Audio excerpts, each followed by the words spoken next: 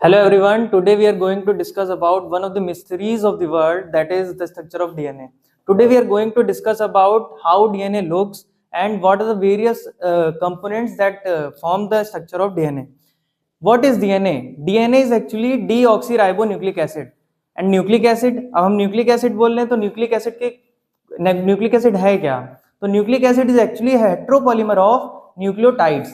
किस चीज का हेट्रोपॉलीमर है? न्यूक्लियोटाइड्स का। अब न्यूक्लियोटाइड क्या होता है बेटा? देखो न्यूक्लियोटाइड के बारे में हम लोग आगे पढ़ते हैं।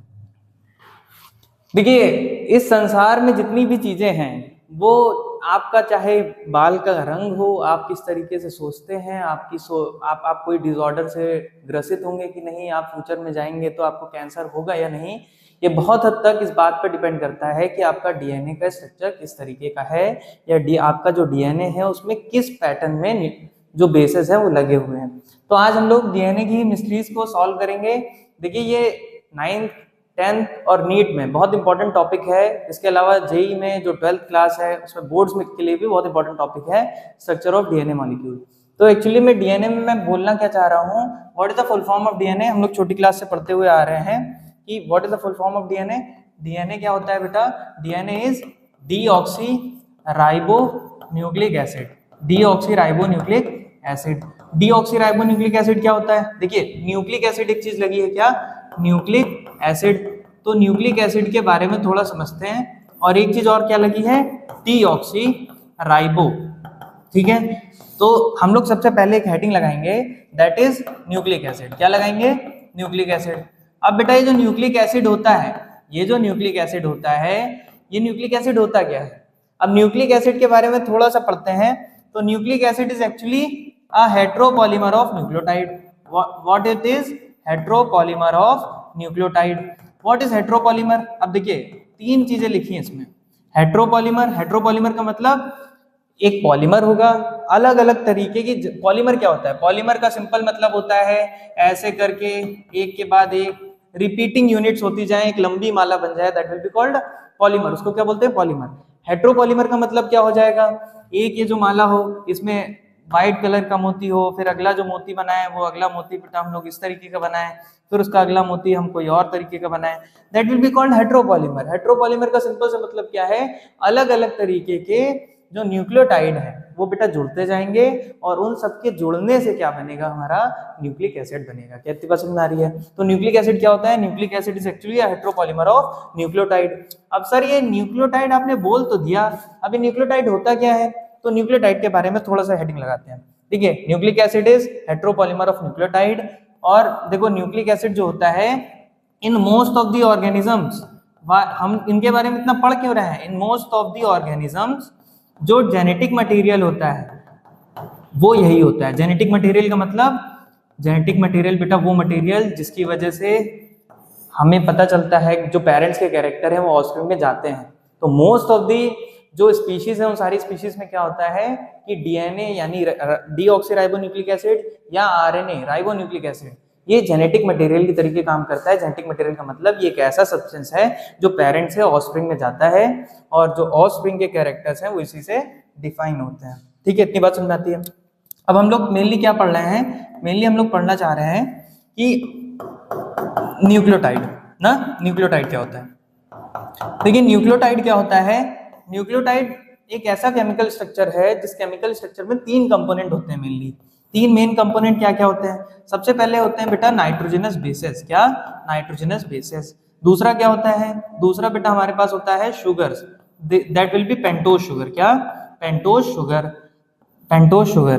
ठीक है, इसको इरेज करके लिख लेते हैं, दैट इज पेंटोज शुगर। तीसरा बेटा जो कंपोनेंट होगा that will B nitrogenous base pentose sugar. और बेटा जो तीसरा कंपोनेंट होगा दैट विल बी फॉस्फेट। क्या? फॉस्फेट। क्या इतनी बात समझ में आ रही है? इसको क्या बोलेंगे? फॉस्फेट। तो कोई भी नाइट्रोजनस बेस जिसकी हम बात, कोई भी न्यूक्लियोटाइड की बात कर रहे हैं, वो न्यूक्लियोटाइड में 3 चीजें हैं, एक है नाइट्रोजनस बेस, एक है पेंटोज शुगर, एक है फॉस्फेट। ठीक है, इतनी बात समझ में आती है। अब सर ये नाइट्रोजनस बेस क्या होते हैं? ये नाइट्रोजन, ये क्या होगा? Nitrogen containing heterocyclic compounds. क्या? नाइट्रोजन कंटेनिंग हेट्रोसाइक्लिक कंपाउंड्स होंगे। Nitrogen containing hydrocyclic compounds. अब सर इसके बारे में थोड़ा सा बता देते हैं। जैसे सुनिए, जैसे नाइट्रोजन कंटेनिंग हेट्रोसाइक्लिक कंपाउंड्स, इनका स्ट्रक्चर से समझाते हैं थोड़ा और समझ में आएगा। जैसे बेटा क्या बोल रहा हूं मैं, नाइट्रोजिनस बेसेस, नाइट्रोजिनस बेसेस। अब नाइट्रोजनस बेसेस में मैं क्या बोलना चाह रहा हूँ, ये नाइट्रोजन को कैरी करने वाले कुछ हेट्रोसाइक्लिक कंपाउंड है ना, हेट्रोसाइक्लिक कंपाउंड। हेट्रोसाइक्लिक का मतलब, हेट्रोसाइक्लिक का मतलब अलग अलग तरीके की साइकिल होगी, ठीक है। इतनी बात समझ आ रही है, इतनी बात समझ आ रही है। देखिए मैं सिंपल सी एक बात बताना चाहता हूँ कि ये जो नाइट्रोजनस बेस है इसमें नाइट्रोजन कंटेनिंग हेट्रोसाइक्लिक कंपाउंड है, इसका मतलब क्या है, एक कोई भी साइक्लिक कंपाउंड बनाते हैं। जैसे सिंपल सा मैं एक स्ट्रक्चर बना रहा हूँ, अब गौर से देखिएगा, जैसे ये स्ट्रक्चर है, अगर इसमें सारे के सारे कार्बन एटम प्रेजेंट होंगे that will be called homocyclic. अगर इसी कार्बन एटम में कोई बीच में नाइट्रोजन प्रेजेंट हो जाए that will be called heterocyclic compounds. तो होमोसाइक्लिक कंपाउंड्स क्या होंगे, सारे के सारे जो एटम्स होंगे जो भी एक साइकिल के अंदर प्रेजेंट होंगे, रिंग के अंदर प्रेजेंट होंगे, they will be common. Heterocyclic compound क्या होंगे, जिसमें केवल नाइट्रोजन मतलब अलग अलग तरीके के एटम प्रेजेंट है, जैसे नाइट्रोजन कंटेनिंग हेट्रोसाइक्लिक कंपाउंड है तो नाइट्रोजन प्रेजेंट होगा, ठीक है। इतनी बात समझ में आ रही है। अब हेट्रोसाइक्लिक कंपाउंड है, इसमें देखिए जो नाइट्रोजनस बेस होते हैं बेटा ये दो तरीके के होते हैं। पहले हेडिंग लगाएंगे प्यूरिन्स, दूसरे होते हैं बेटा पिरिमिडीन्स। क्या, पिरिमिडीन्स, ठीक है, प्यूरिन्स और पिरिमिडीन्स, ठीक है। इतनी बात समझ में आ रही है, ठीक है, इतनी बात समझ में आ रही है। तो अब हम एक चीज इधर बनाएंगे, आप इधर गौर करिएगा। जैसे देखो एक मैंने बताया क्या, प्यूरिन्स, तो अब मैं बना कैसे रहा हूँ, इसको बना लेते हैं, इसको पहले इरेज करते हैं, ठीक है। एक है प्यूरिन्स और दूसरे हैं पिरिमिडीन्स। नाइट्रोजनस बेस क्या होते हैं बेटा, दो तरीके के नाइट्रोजनस बेस प्रेजेंट होते हैं, पहले क्या है प्यूरिन्स और दूसरे क्या है पिरिमिडीन्स। तो जो प्यूरिन्स होंगे, प्यूरिन्स क्या होंगे, प्यूरिन्स के बारे में पढ़ते हैं। देखो प्यूरिन्स बना, स्ट्रक्चर देखिएगा कैसे बना रहा हूं मैं। हमें सिंपली क्या बनाना है, ऐसे करके जो बेंजीन वाली रिंग हम हमेशा से बनाते आ रहे हैं वो रिंग बनानी है। फिर क्या करेंगे हम लोग, सिंपली यहाँ पर और यहाँ पर, ठीक है, नाइट्रोजन ऐड करेंगे। फिर उसके बाद यहाँ पर नाइट्रोजन लगा रहे हैं, यहाँ नाइट्रोजन लगा रहे हैं। क्या इतनी बात समझ में आ रही है। तो ये जो टाइप का स्ट्रक्चर बन गया, ये जो टाइप का स्ट्रक्चर बन गया, इस स्ट्रक्चर को बेटा हम लोग बोलते हैं प्यूरिन। क्या बोलते हैं, प्यूरिन। इसको क्या बोलते हैं, प्यूरिन। अब नंबरिंग करते हैं, प्यूरिन में नंबरिंग किस तरीके से होगी, पहला एटम ये पहली नंबरिंग, दूसरी 3 4 5, क्या 6 इधर मुड़ जाएंगे, आंसर इज नो। क्यों, क्योंकि पहले पूरी साइकिल को पहले जो रिंग है तो इस पूरी रिंग में नंबरिंग करेंगे। फिर उसके बाद क्या करेंगे, अगले वाली रिंग में नंबरिंग स्टार्ट करेंगे, 7 8 और 9। क्या इतनी बात समझ आ रही है, इतनी बात समझ आ रही है। तो हमने क्या बोला कि हमने बोला प्यूरिन एक ऐसी रिंग है, प्यूरिन की रिंग मैं कैसे बना रहा हूँ एक बार देख लेते हैं। देखो इतना समझ में आ रहा है, इतना समझ में आ रहा है। अगर मैं इसको ऐसे सेलेक्ट कर लूं, क्या इतना समझ में आ रहा है, इतना समझ में आ रहा है बेटा।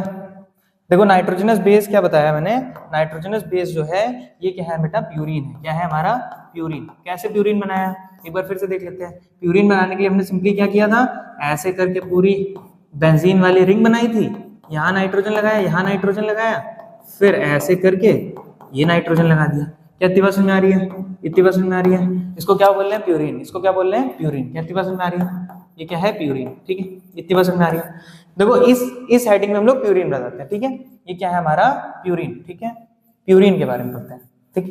अब अगले वाले पेज पे बनाते हैं पिरिमिडीन की रिंग। सब लोग गौर से देखो, पिरिमिडीन की रिंग कैसी होगी। अच्छा पहले पिछले वाली स्लाइड में बना देते हैं, पिरिमिडीन की रिंग देखते हैं ना। देखो पिरिमिडीन की रिंग में कैसे बना रहा हूँ, पिरिमिडीन की रिंग बनाने के लिए सेम वही करेंगे, लेकिन इस रिंग में क्या करेंगे, केवल बेंजीन वाली रिंग बनाई। बेंजीन वाली रिंग बनाने के बाद 1, फिर एक पोजीशन छोड़ के अगली पोजीशन पे नाइट्रोजन, ठीक है। अब ये नाइट्रोजन लगा दिया, अब ये क्या बोलेंगे, इसको बेटा क्या बोलेंगे, इसको बेटा बोलते हैं हम लोग पिरिमिडीन। क्या बोलते हैं, पिरिमिडीन, ठीक है, ठीक है, पिरिमिडीन, ठीक है। इतनी बात समझ में आ रही है। पिरिमिडीन में नंबरिंग करेंगे तो 1 2 3 4 5 6। सर इधर ही से नंबरिंग क्योंकि इधर से भी कर सकते थे, आंसर इज राइट। ये सब क्या है, चाहे आप इधर से नंबरिंग करोगे तो फिर 1 2 3 उसी पोजीशन पे आ जाएगा नाइट्रोजन, तो आंसर इज सेम हो जाएगा, ठीक है। तो सिंपली अगर मैं बताना चाहूँ तो अभी मैंने क्या क्या बताया कि देखो प्यूरिन रिंग कैसी, purine ring double ring structure है ना, डबल रिंग स्ट्रक्चर है, 9 मेंबर है इसमें ना, 9 मेंबर की रिंग है, डबल रिंग स्ट्रक्चर है, इस तरीके से बनाया गया है। नाइट्रोजन की किस पोजीशन पे है, 1 3 7 और 9। प्यूरिन में नाइट्रोजन किस पोजीशन पे, 1 3 7 9। पिरिमिडीन पे आते हैं। पिरिमिडीन कैसा है बेटा, सिंगल रिंग स्ट्रक्चर है, इसमें कितने मेंबर की रिंग है, 6 मेंबर की रिंग है। फिर इसमें पोजीशन किस पोजीशन पे नाइट्रोजन लगाया, 1 पोजीशन पे लगाया, 3rd पोजीशन पे नाइट्रोजन लगाया, ठीक है, अब अगली हेडिंग लगाते हैं हम लोग। जैसे हम लोग ने क्या क्या पढ़ा बेटा, नाइट्रोजनस बेसिस जो थे, हमने क्या पढ़ा बेटा, जो नाइट्रोजनस बेसिस थे, नाइट्रोजनस बेसिस बेटा दो तरीके के थे, ठीक है। सबसे पहला मैंने क्या पढ़ा, सबसे पहला मैंने पढ़ा था प्यूरिन्स, ठीक है, और इधर क्या पढ़ा, हमने पढ़े पिरिमिडीन्स, ठीक है, प्यूरिन्स और पायरिमिडीन्स, ठीक है। अब प्यूरिन और पिरिमिडीन में हमें बेसिक अंतर क्या दिखा, प्यूरिन और पिरिमिडीन में देखो, प्यूरिन बना भी देते हैं,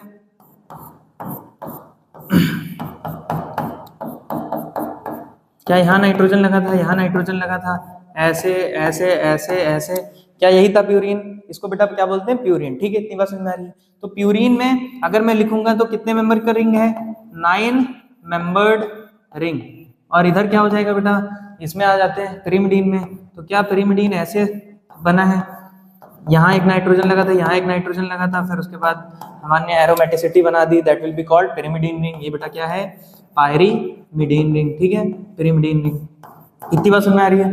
तो ये कितने मेंबर की रिंग है, ये 6 मेंबर्ड रिंग है, कितने मेंबर्ड की रिंग है, 6 मेंबर्ड रिंग, ठीक है। इसके अलावा ये कैसा है, डबल रिंग स्ट्रक्चर है, कैसा है बेटा, 2 रिंग ऐसा लग रहा है कि प्रेजेंट है, एक ये रिंग एक ये रिंग, इसमें क्या हो जाएगा, सिंगल रिंग स्ट्रक्चर, ठीक है, इतनी बात समझ में आ रही है। इसके अलावा जो प्यूरिन्स हैं, ये जो प्यूरिन्स होंगे, प्यूरिन्स डबल मेंबर्ड स्ट्रक्चर है, इसमें ये नाइट्रोजन की पोजीशन बेटा इंपॉर्टेंट है, नाइट्रोजन की पोजीशन में क्या होगा, नाइट्रोजन किस किस पोजीशन पे प्रेजेंट है, 1 3 7 और 9, 1 देखो नंबरिंग कर देते हैं, 1 2 3 4 5 6 7 8 9, इधर करते हैं नंबरिंग 1 2 3 4 5 6, ठीक है। तो इसमें किस किस पोजीशन पे प्रेजेंट है, फर्स्ट पोजीशन पे नाइट्रोजन प्रेजेंट है, थर्ड पोजीशन पे नाइट्रोजन प्रेजेंट है, सेवंथ पोजीशन पे नाइट्रोजन, नाइन्थ पोजीशन पे नाइट्रोजन, ठीक है, नाइट्रोजन की पोजीशन इंपॉर्टेंट है। इधर आते हैं, अब इधर हम लोग देखते हैं तो नाइट्रोजन किस किस पोजीशन पे अटैच है, नाइट्रोजन किस किस पोजीशन पे अटैच है, 1,3, किस किस पोजीशन पे अटैच है, 1,3। तो कुल मिला के बताने का सिंपल सा मतलब ये है कि जो प्यूरिन्स होते हैं, प्यूरिन्स डबल रिंग स्ट्रक्चर होंगे, पिरिमिडीन क्या होंगे, सिंगल रिंग स्ट्रक्चर होगा, ये 9 मेंबर की रिंग होगी, ये 6 मेंबर की रिंग होगी। जो प्यूरिन्स होंगे इसमें नाइट्रोजन 1 3 7 9 पे प्रेजेंट होगा, इसमें जो नाइट्रोजन है that will present on 1 and 3 position, कहती बात समझ में आती है। अब देखो बेटा एक चीज और होती है, प्यूरिन्स में 2 तरीके की बेसिस बहुत इंपॉर्टेंट है हम लोग को पढ़ना, उनके बारे में पढ़ लेते हैं हम लोग। देखो होते इसमें बहुत सारे हैं, लेकिन हम लोग 2 मेनली पढ़ते हैं ना, 2 मेनली हम आपको पढ़ा देते हैं आपके काम के हिसाब से या डीएनए के स्ट्रक्चर के हिसाब से। एक होता है बेटा एडेनिन और दूसरा होता है हमारे पास ग्वानिन, क्या, ग्वानिन। ये दोनों क्या है, हमारे प्यूरिन ही है, क्या, प्यूरिन के ही डेरिवेटिव्स है, ठीक है, ये प्यूरिन्स है, क्या इतनी बात समझ में आ रही है, एडेनिन एंड ग्वानिन, क्या इतनी बात समझ में आ रही है। पायरिमिडीन क्या होते हैं बेटा, 3 तरीके के पायरिमिडीन मेनली आप लोग को पढ़ने हैं। सबसे पहले हम लोग लिख लेते हैं साइटोसिन, क्या, साइटोसिन, दूसरा हम लोग पढ़ेंगे यूरेसिल, क्या, यूरेसिल, तीसरा बेटा हम लोग पढ़ेंगे साइटोसिन, यूरेसिल और थाइमिन, ठीक है, थाइमिन, ठीक है। तो एडेनिन को बेटा हम लोग कैपिटल ए से डिनोट करेंगे, इसको कैपिटल जी से डिनोट करेंगे, साइटोसिन को कैपिटल सी से, इसको यू से और इसको टी से, क्या इतनी बात समझ में आ रही है। तो अभी तक मैंने क्या क्या बताया, अभी तक मैंने बताया कि जो नाइट्रोजनस बेसेस होते हैं वो 2 तरीके के होते हैं, प्यूरिन्स और पिरिमिडीन। जो प्यूरिन थे, प्यूरिन के अंदर बेटा हम लोगों ने क्या क्या पढ़ा, एडेनिन और ग्वानिन, क्या इतनी बात समझ में आ रही है। फिर इसके बाद हम लोग ने जो पिरिमिडीन पढ़े, पिरिमिडीन में बेटा हम लोग ने क्या क्या पढ़ा, जो पिरिमिडीन थे वो 3 तरीके के थे, पहले थे साइटोसिन, दूसरा क्या पढ़ा मैंने, यूरेसिल पढ़ाया, फिर उसके बाद बेटा मैंने क्या पढ़ाया, उसके बाद मैंने जो पहले पढ़ाया साइटोसिन, यूरेसिल और थाइमिन, ठीक है, इतनी बात समझ में आ रही है, CUT, क्या इतनी बात समझ में आ रही है, AGCUT, ठीक है, इतनी बात समझ में आ रही है। तो प्यूरिन्स, एडेनिन, ग्वानिन, ये सब क्या हो जाएंगे, साइटोसिन, ये सब, ठीक है। देखो बेटा अब हम लोग इंडिविजुअल के स्ट्रक्चर समझते हैं, ठीक है। देखो प्यूरिन्स जो हम लोग यहाँ पर हेडिंग लगाते हैं बेटा, प्यूरिन्स, क्या, प्यूरिन्स, ये जो प्यूरिन्स हैं, प्यूरिन्स बेटा 2 तरीके के होते हैं, ठीक है। एक मैंने क्या बताया, मतलब होते तो बहुत तरीके के हैं, 2 तरीके के आपको मेनली पढ़ने हैं। पहला है क्या, एडेनिन, देखो प्यूरिन पहले बनाते हैं रिंग, क्या ऐसे करके ही प्यूरिन की रिंग थी, ये प्यूरिन की रिंग थी, 1 3 7 और 9 इन पोजीशंस पे हो जाएगा, ठीक है, 1 2 3 4 5 6, क्या मैं इसको ये कंप्लीट कर लूं क्या, ठीक है। ये क्या है बेटा, ये प्यूरिन की रिंग है। अगर बेटा 6th पोजीशन पे, अगर 6th पोजीशन पे अमीनो ग्रुप लगा दिया जाए, अगर 6th पोजीशन पे अमीनो ग्रुप लगा दिया जाए, फिर से बता दे रहा हूँ, अगर बेटा ये जो 6th वाला कार्बन है, इस 6th वाले कार्बन पे हम लोग क्या कर दें, अमीनो ग्रुप लगा दें, 6th वाले कार्बन पे क्या लगा दें हम लोग, अमीनो ग्रुप लगा दें, दैट विल बी कॉल्ड इसको बेटा क्या बोलेंगे हम लोग, 6 अमीनो प्यूरिन। क्या बोलेंगे, 6 अमीनो प्यूरिन। अब ये जो 6 अमीनो प्यूरिन है, इसका मतलब क्या हो जाएगा, इसका मतलब ये हो जाएगा, ये जो एडेनिन का स्ट्रक्चर है, adenine is actually 6 amino purine. 6 amino purine का मतलब 6 कार्बन पे सिर्फ हम लोग ने अमीनो ग्रुप लगा दिया है, तो हम लोग प्यूरिन की रिंग को क्या बोल रहे हैं, एडेनिन बोल रहे हैं। क्या बोल रहे हैं, एडेनिन बोल रहे हैं। ठीक है, इतनी बात समझ में आती है। अब आगे बढ़ते हैं, आगे हम लोग देखो अगला स्ट्रक्चर जो हो जाएगा दैट विल बी ग्वानिन। क्या, ग्वानिन। तो ग्वानिन अगर कहीं पर लिखा हो 6 अमीनो प्यूरिन, तो इसका मतलब क्या हो जाएगा, एडेनिन। अब फिर से हम लोग वही प्यूरिन वाली रिंग बनाते हैं। प्यूरिन की रिंग कैसी थी, ऐसे ऐसे ऐसे, नाइट्रोजन यहाँ लगाया था, यहाँ लगाया था नाइट्रोजन। क्या इस टाइप की रिंग थी, यहाँ नाइट्रोजन, यहाँ नाइट्रोजन, 1 2 3 4 5 6, एरोमेटिसिटी कंप्लीट की। क्या यही प्यूरिन का स्ट्रक्चर था, क्या यही प्यूरिन का स्ट्रक्चर था। अब देखिए मैं क्या करने जा रहा हूँ, मैं सिंपली जो हमने वहां पर किया था वही करते हैं। तो मैंने क्या बोला था कि यहाँ पर 6 पे अमीनो ग्रुप लगा था, तो बेटा हम लोग 6 पे अमीनो की जगह ऑक्सो ग्रुप लगा दें, और 2 पे अमीनो ग्रुप लगा दें, 2 पे अमीनो ग्रुप लगा दें, और 6 पे ऑक्सो ग्रुप लगा दें, दैट विल बी कॉल्ड। अब इसको क्या बोलेंगे, देखो एक हमारे पास 2 अमीनो वाला ग्रुप है, और एक बेटा हमारे पास 2 पे अमीनो ग्रुप लगा है, और 6 पे क्या लगा है बेटा, ऑक्सो ग्रुप लगा है। तो मैं क्या बोल सकता हूँ, 2 amino 6 oxo purine, 2 amino 6 oxo purine. बेटा इसी को ग्वानिन बोलते हैं। क्या बोलते हैं, ग्वानिन। तो मैं क्या बोल रहा हूँ कि एक हमारे पास एडेनिन है, एडेनिन का मतलब 6 अमीनो प्यूरिन। ग्वानिन का मतलब क्या है, ग्वानिन में 6th वाली पोजीशन पे जो अमीनो लगा था, उस अमीनो की जगह पे यहाँ पर हम लोग क्या लगा दें, ऑक्सो ग्रुप लगा दें, और 6th वाली पोजीशन पे ऑक्सो लग गया, और ये जो अमीनो वाला ग्रुप था ये 2nd वाली पोजीशन पे लग गया, that will be called 2 amino 6 oxo purine. इसी को बेटा ग्वानिन बोलते हैं। क्या बोलते हैं, ग्वानिन। तो एडेनिन समझ में आ गया। एडेनिन का सिंपल सा मतलब क्या है, एक हेटेरोसाइक्लिक कंपाउंड टाइप का था, दैट वाज प्यूरिन। ये प्यूरिन में बेटा 6 वाले कार्बन पे क्या लग गया, NH2 ग्रुप लग गया। ग्वानिन क्या हो जाएगा, ग्वानिन में जो प्यूरिन वाली रिंग बताई थी, इसी प्यूरिन वाली रिंग में 6 पे अमीनो की जगह पे ऑक्सो लग गया है, और 2nd वाली पोजीशन पे क्या लग गया है, अमीनो लग गया है। ठीक है, यानी 6th वाली पोजीशन से अमीनो 2nd पोजीशन पे आ गया, और 6th वाली पोजीशन पे ऑक्सो ग्रुप लग गया है, that will be called guanine. इसको क्या बोलेंगे, ग्वानिन। ठीक है, इतनी बात समझ में आती है, इतनी बात समझ में आती है। अब बेटा अगली हेडिंग जो हम लोग लगाएंगे दैट विल बी पिरिमिडीन। क्या, पायरिमिडीन। ठीक है, पिरिमिडीन। देखो पिरिमिडीन क्या होता है, पिरिमिडीन के बारे में मैंने बताया कि पिरिमिडीन भी हेटेरोसाइक्लिक कंपाउंड होंगे, नाइट्रोजन कंटेनिंग हेटेरोसाइक्लिक बेसेस ना, इसमें यहां पर और यहां पर। ठीक है, क्या यही हमारा पिरिमिडीन का स्ट्रक्चर था, क्या यही पिरिमिडीन का स्ट्रक्चर था।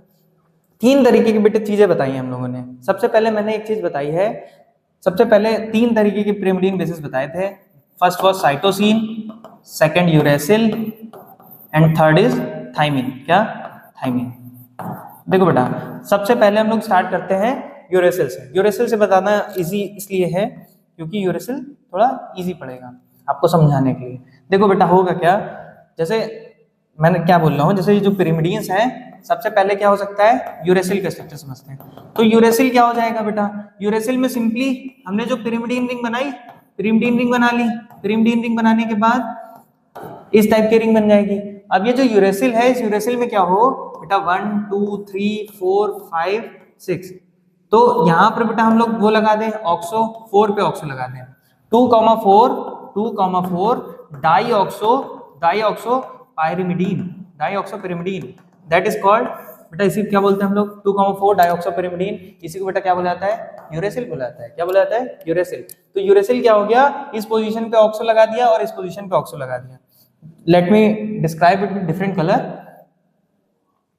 तो बेटा देखो इसमें क्या किया हम लोगों ने सिंपली क्या किया है, हम लोगों ने सिंपली यहाँ पर क्या लगा दिया है, ऑक्सो, और यहाँ पर भी क्या लगा दिया, ऑक्सो। ठीक है, एरोमेटिसिटी मेंटेन कर लीजिएगा। अंदर की तरफ जो डबल बॉन्ड वाला है स्ट्रक्चर, इसको थोड़ा सा देख लीजिएगा। देखिए इसमें होगा क्या कि बाहर साइड 2 ऑक्सो ग्रुप प्रेजेंट हो गए, तो अंदर की तरफ कोई एक ही बॉन्ड प्रेजेंट रहेगा। कंफ्यूजन मिटाने के लिए आपको क्या कर देता हूँ, अंदर की तरफ सीधे ऐसे बना दीजिए। ठीक है, दैट विल बी 2,4 डाईऑक्सो पिरिमिडीन। ठीक है, ये समझ में आ रहा होगा ना। ये जो पाई बॉन्ड है, ये वाले जो पाई बॉन्ड होंगे, ये भी अंदर एरोमेटिसिटी में पार्टिसिपेट करेंगे, तो अंदर की तरफ सिर्फ एक बॉन्ड बचेगा। ठीक है, अरे कुल मिला के समझ लीजिए कि यूरेसिल बनाने के लिए हमें क्या करना है, हमें सिंपली वही वाली रिंग बनानी है, सिंपल। यहाँ नाइट्रोजन लगाना है, यहाँ नाइट्रोजन लगाना है, 2 पे ऑक्सो, इस पे ऑक्सो, ठीक है, that is called uracil, 2,4 डाइऑक्सो pyrimidine, ठीक है, 2,4 डाइऑक्सो pyrimidine। कितनी बात समझ में आ रही है? 2,4 डाइऑक्सो pyrimidine, ठीक है। अब बेटा एक चीज होता है, एक स्ट्रक्चर होता है 2,4 डाइऑक्सो pyrimidine इज कॉल्ड यूरेसिल, ठीक है, इसको यूरेसिल बोलेंगे। अब बेटा अगला स्ट्रक्चर पढ़ते हैं। अगले स्ट्रक्चर में हम लोग क्या पढ़ेंगे? यूरेसिल के पास पढ़ लेते हैं थाइमीन। क्या? थाइमीन। थाइमीन कैसे बनता है? देखो थाइमीन का सिंपल सा मतलब क्या है, यही जो हमने बनाया है, इसमें बेटा अगर हम लोग 5 पे मिथाइलेशन करते हैं, 5 पे मिथाइलेशन का मतलब 5th वाली पोजीशन पे एक मिथाइल को ऐड कर दिया जाए, ये 5th वाली पोजीशन है, इस 5th वाली पोजीशन पे अगर एक मिथाइल को ऐड कर दिया जाएगा, उसको क्या बोलने लगेंगे? उसको क्या बोलने लगेंगे? उसको बोलने लगेंगे हम लोग थाइमीन। तो थाइमीन इज नॉट एक्चुअली बहुत अलग तरीके से पढ़ने की कोई जरूरत नहीं है। हम लोग थाइमीन को बेटा क्या लिख सकते हैं? 5 methyl uracil, 5 methyl uracil. 5 methyl uracil का मतलब क्या है? ये जो यूरेसिल वाला कंपाउंड है, इसमें 5th वाली पोजीशन पे क्या ऐड कर दें, जो मिथाइल ग्रुप है उसका मिथाइलेशन किया जाए ना, ठीक है। देख लो 5 पोजीशन पे मिथाइलेशन कर रहे हैं, 5 पोजीशन पे मिथाइलेशन कर रहे हैं, उसकी वजह से थाइमीन बनना है। थाइमीन बनाने के लिए बेटा मैं जैसे सिंपली इधर स्ट्रक्चर बनाऊं तो हम कैसे बनाएंगे? ऐसे करके हमने बनाया, फिर उसके बाद क्या कर दिया, यहाँ नाइट्रोजन लगा, यहाँ नाइट्रोजन लगा, अंदर की तरफ वो पूरा कॉमन। अब देख लीजिए मैं करने क्या जा रहा हूँ, मैं सिंपली बेटा गौर से देखिए मैं करने क्या जा रहा हूँ, यहाँ पर डबल बॉन्ड ऑक्सीजन, यहाँ डबल बॉन्ड ऑक्सीजन, क्या यही यूरेसिल था? यही यूरेसिल था। अब यूरेसिल में देखिए पहला ये कार्बन होगा, दूसरा ये, तीसरा ये, चौथा ये, पांचवा ये, छठवा ये, ठीक है। 5th वाले पोजीशन पे बेटा केवल अमीनो ग्रुप लगा दिया जाए, 5th वाली पोजीशन पे क्या लगा दिया जाए? अमीनो ग्रुप लगा दिया जाए। अब बेटा इसको क्या बोलेंगे हम लोग? थाइमीन बोलेंगे। क्या बोलेंगे? थाइमीन। तो यूरेसिल समझ में आ गया। यूरेसिल का मतलब क्या है? जो 2,4 डाइऑक्सो pyrimidine। और थाइमीन क्या है? थाइमीन कुछ नहीं, यूरेसिल का ही मिथाइलेशन है, ठीक है। यूरेसिल का 5 वाली पोजीशन पे अगर एक मिथाइल ग्रुप और ऐड कर देंगे, that will be called thymine, ठीक है। इसको क्या बोलेंगे? थाइमीन, ठीक है। इतनी बात समझ में आ रही है? इतनी बात समझ में आ रही है। अब बेटा हम लोग आगे बढ़ते हैं, इसके बाद आगे बढ़ते हैं, तो आगे हम लोग बेटा पढ़ते हैं थाइमीन, यूरेसिल, और एक बच गया, दैट इज साइटोसिन। क्या? साइटोसिन। तो साइटोसिन के बारे में थोड़ा देख लेते हैं। तो साइटोसिन क्या होता है बेटा? साइटोसिन, देखो साइटोसिन क्या होता है, देखो ये सिंपली हम लोग ये वाली रिंग बना रहे थे, क्या यही वाली रिंग बना रहे थे, ठीक है। तो इसमें बेटा हम लोग क्या करते हैं, देखिए यहाँ पर एक, क्या यही pyrimidine की स्ट्रक्चर था? यही pyrimidine का स्ट्रक्चर था।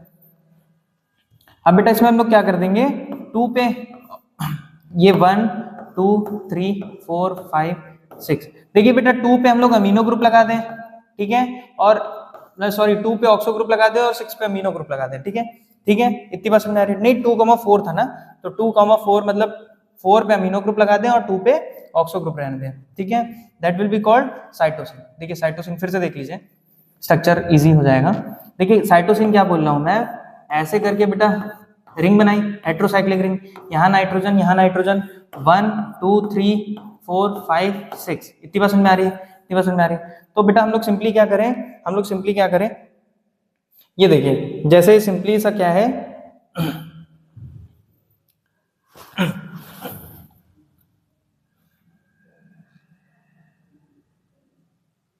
साइटोसिन में क्या हो जाएगा, ये क्या हो रहा है, ठीक है। साइटोसिन में बेटा क्या हो जाएगा, 1 2 3 4 5 6, सेकेंड वाली पोजीशन और इस वाली पोजीशन पे क्या लग रहा था वहां पर, 2 और 4 ऑक्सो, तो 2 पे बेटा 2 पे क्या बोल रहे हैं, ऑक्सो लगा रहने दो, और 4 पे बेटा हम लोग अमीनो लगा दें, 4 पे हम लोग क्या लगा दें, अमीनो लगा दें। तो हम लोग क्या बोलेंगे, 4 पे अमीनो 2 पे ऑक्सो pyrimidine, ठीक है, 4 अमीनो 2 ऑक्सो pyrimidine, इसी को बेटा क्या बोला जाता है, इसी को बेटा हम लोग बोलते हैं साइटोसिन।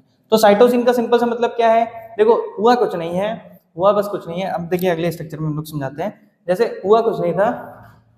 अब बेटा हम लोग सिंपली अगर इसको इरेज करके थोड़ा समझाना की कोशिश करें, तो देखो बेटा है क्या,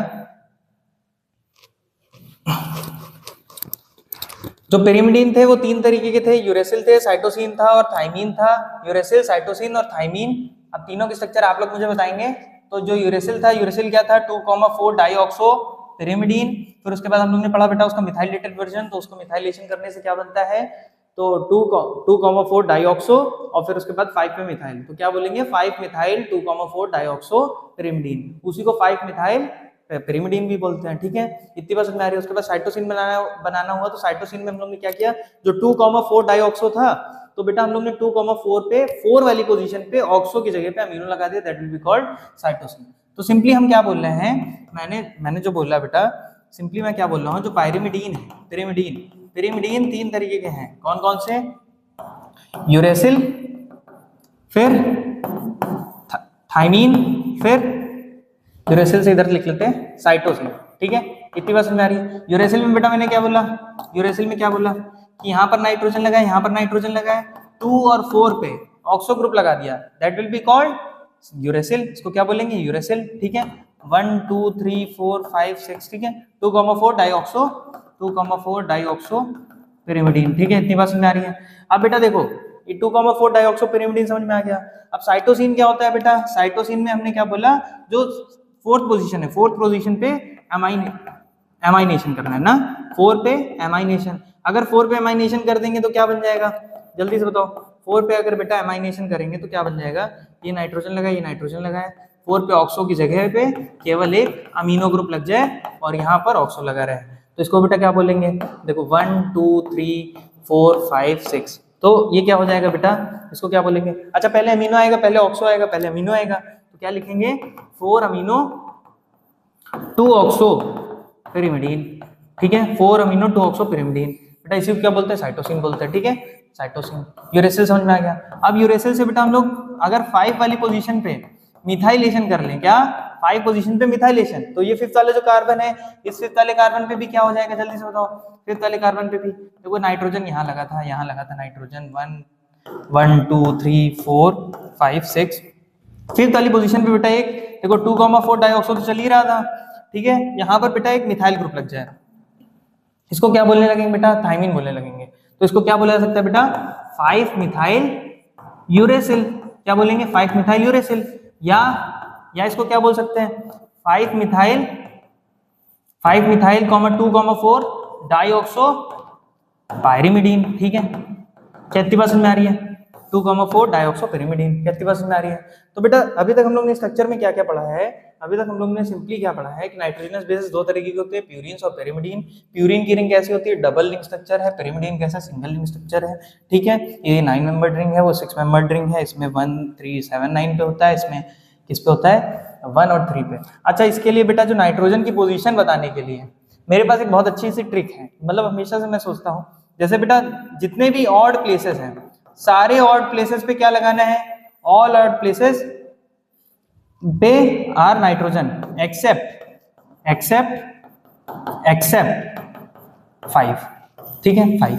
अब देखो बेटा सिंपल सी बात क्या है, 9 मेंबर रिंग है, 9 मेंबर रिंग में मतलब 1 से लेकर 9 तक में कौन कौन सी पोजीशन ऑड वाली आएंगी? 1 3 5 7 9, 1 3 5 7 9। तो 5th वाली पोजीशन को छोड़ के बाकी सारी पोजीशंस में क्या है? नाइट्रोजन है। 1 से लेके 6 तक में 6 रिंग का अगर स्ट्रक्चर बनाया है तो उसमें उनके बीच बीच में कौन से ऑड वाले आएंगे? 1 3 5। 5 को छोड़ के 1 और 3 इन दोनों पोजीशन पे क्या होगा? नाइट्रोजन होगा। ठीक है, that is nitrogenous bases, purines और पिरिमिडीन्स। कितनी बात समझ में आ रही है?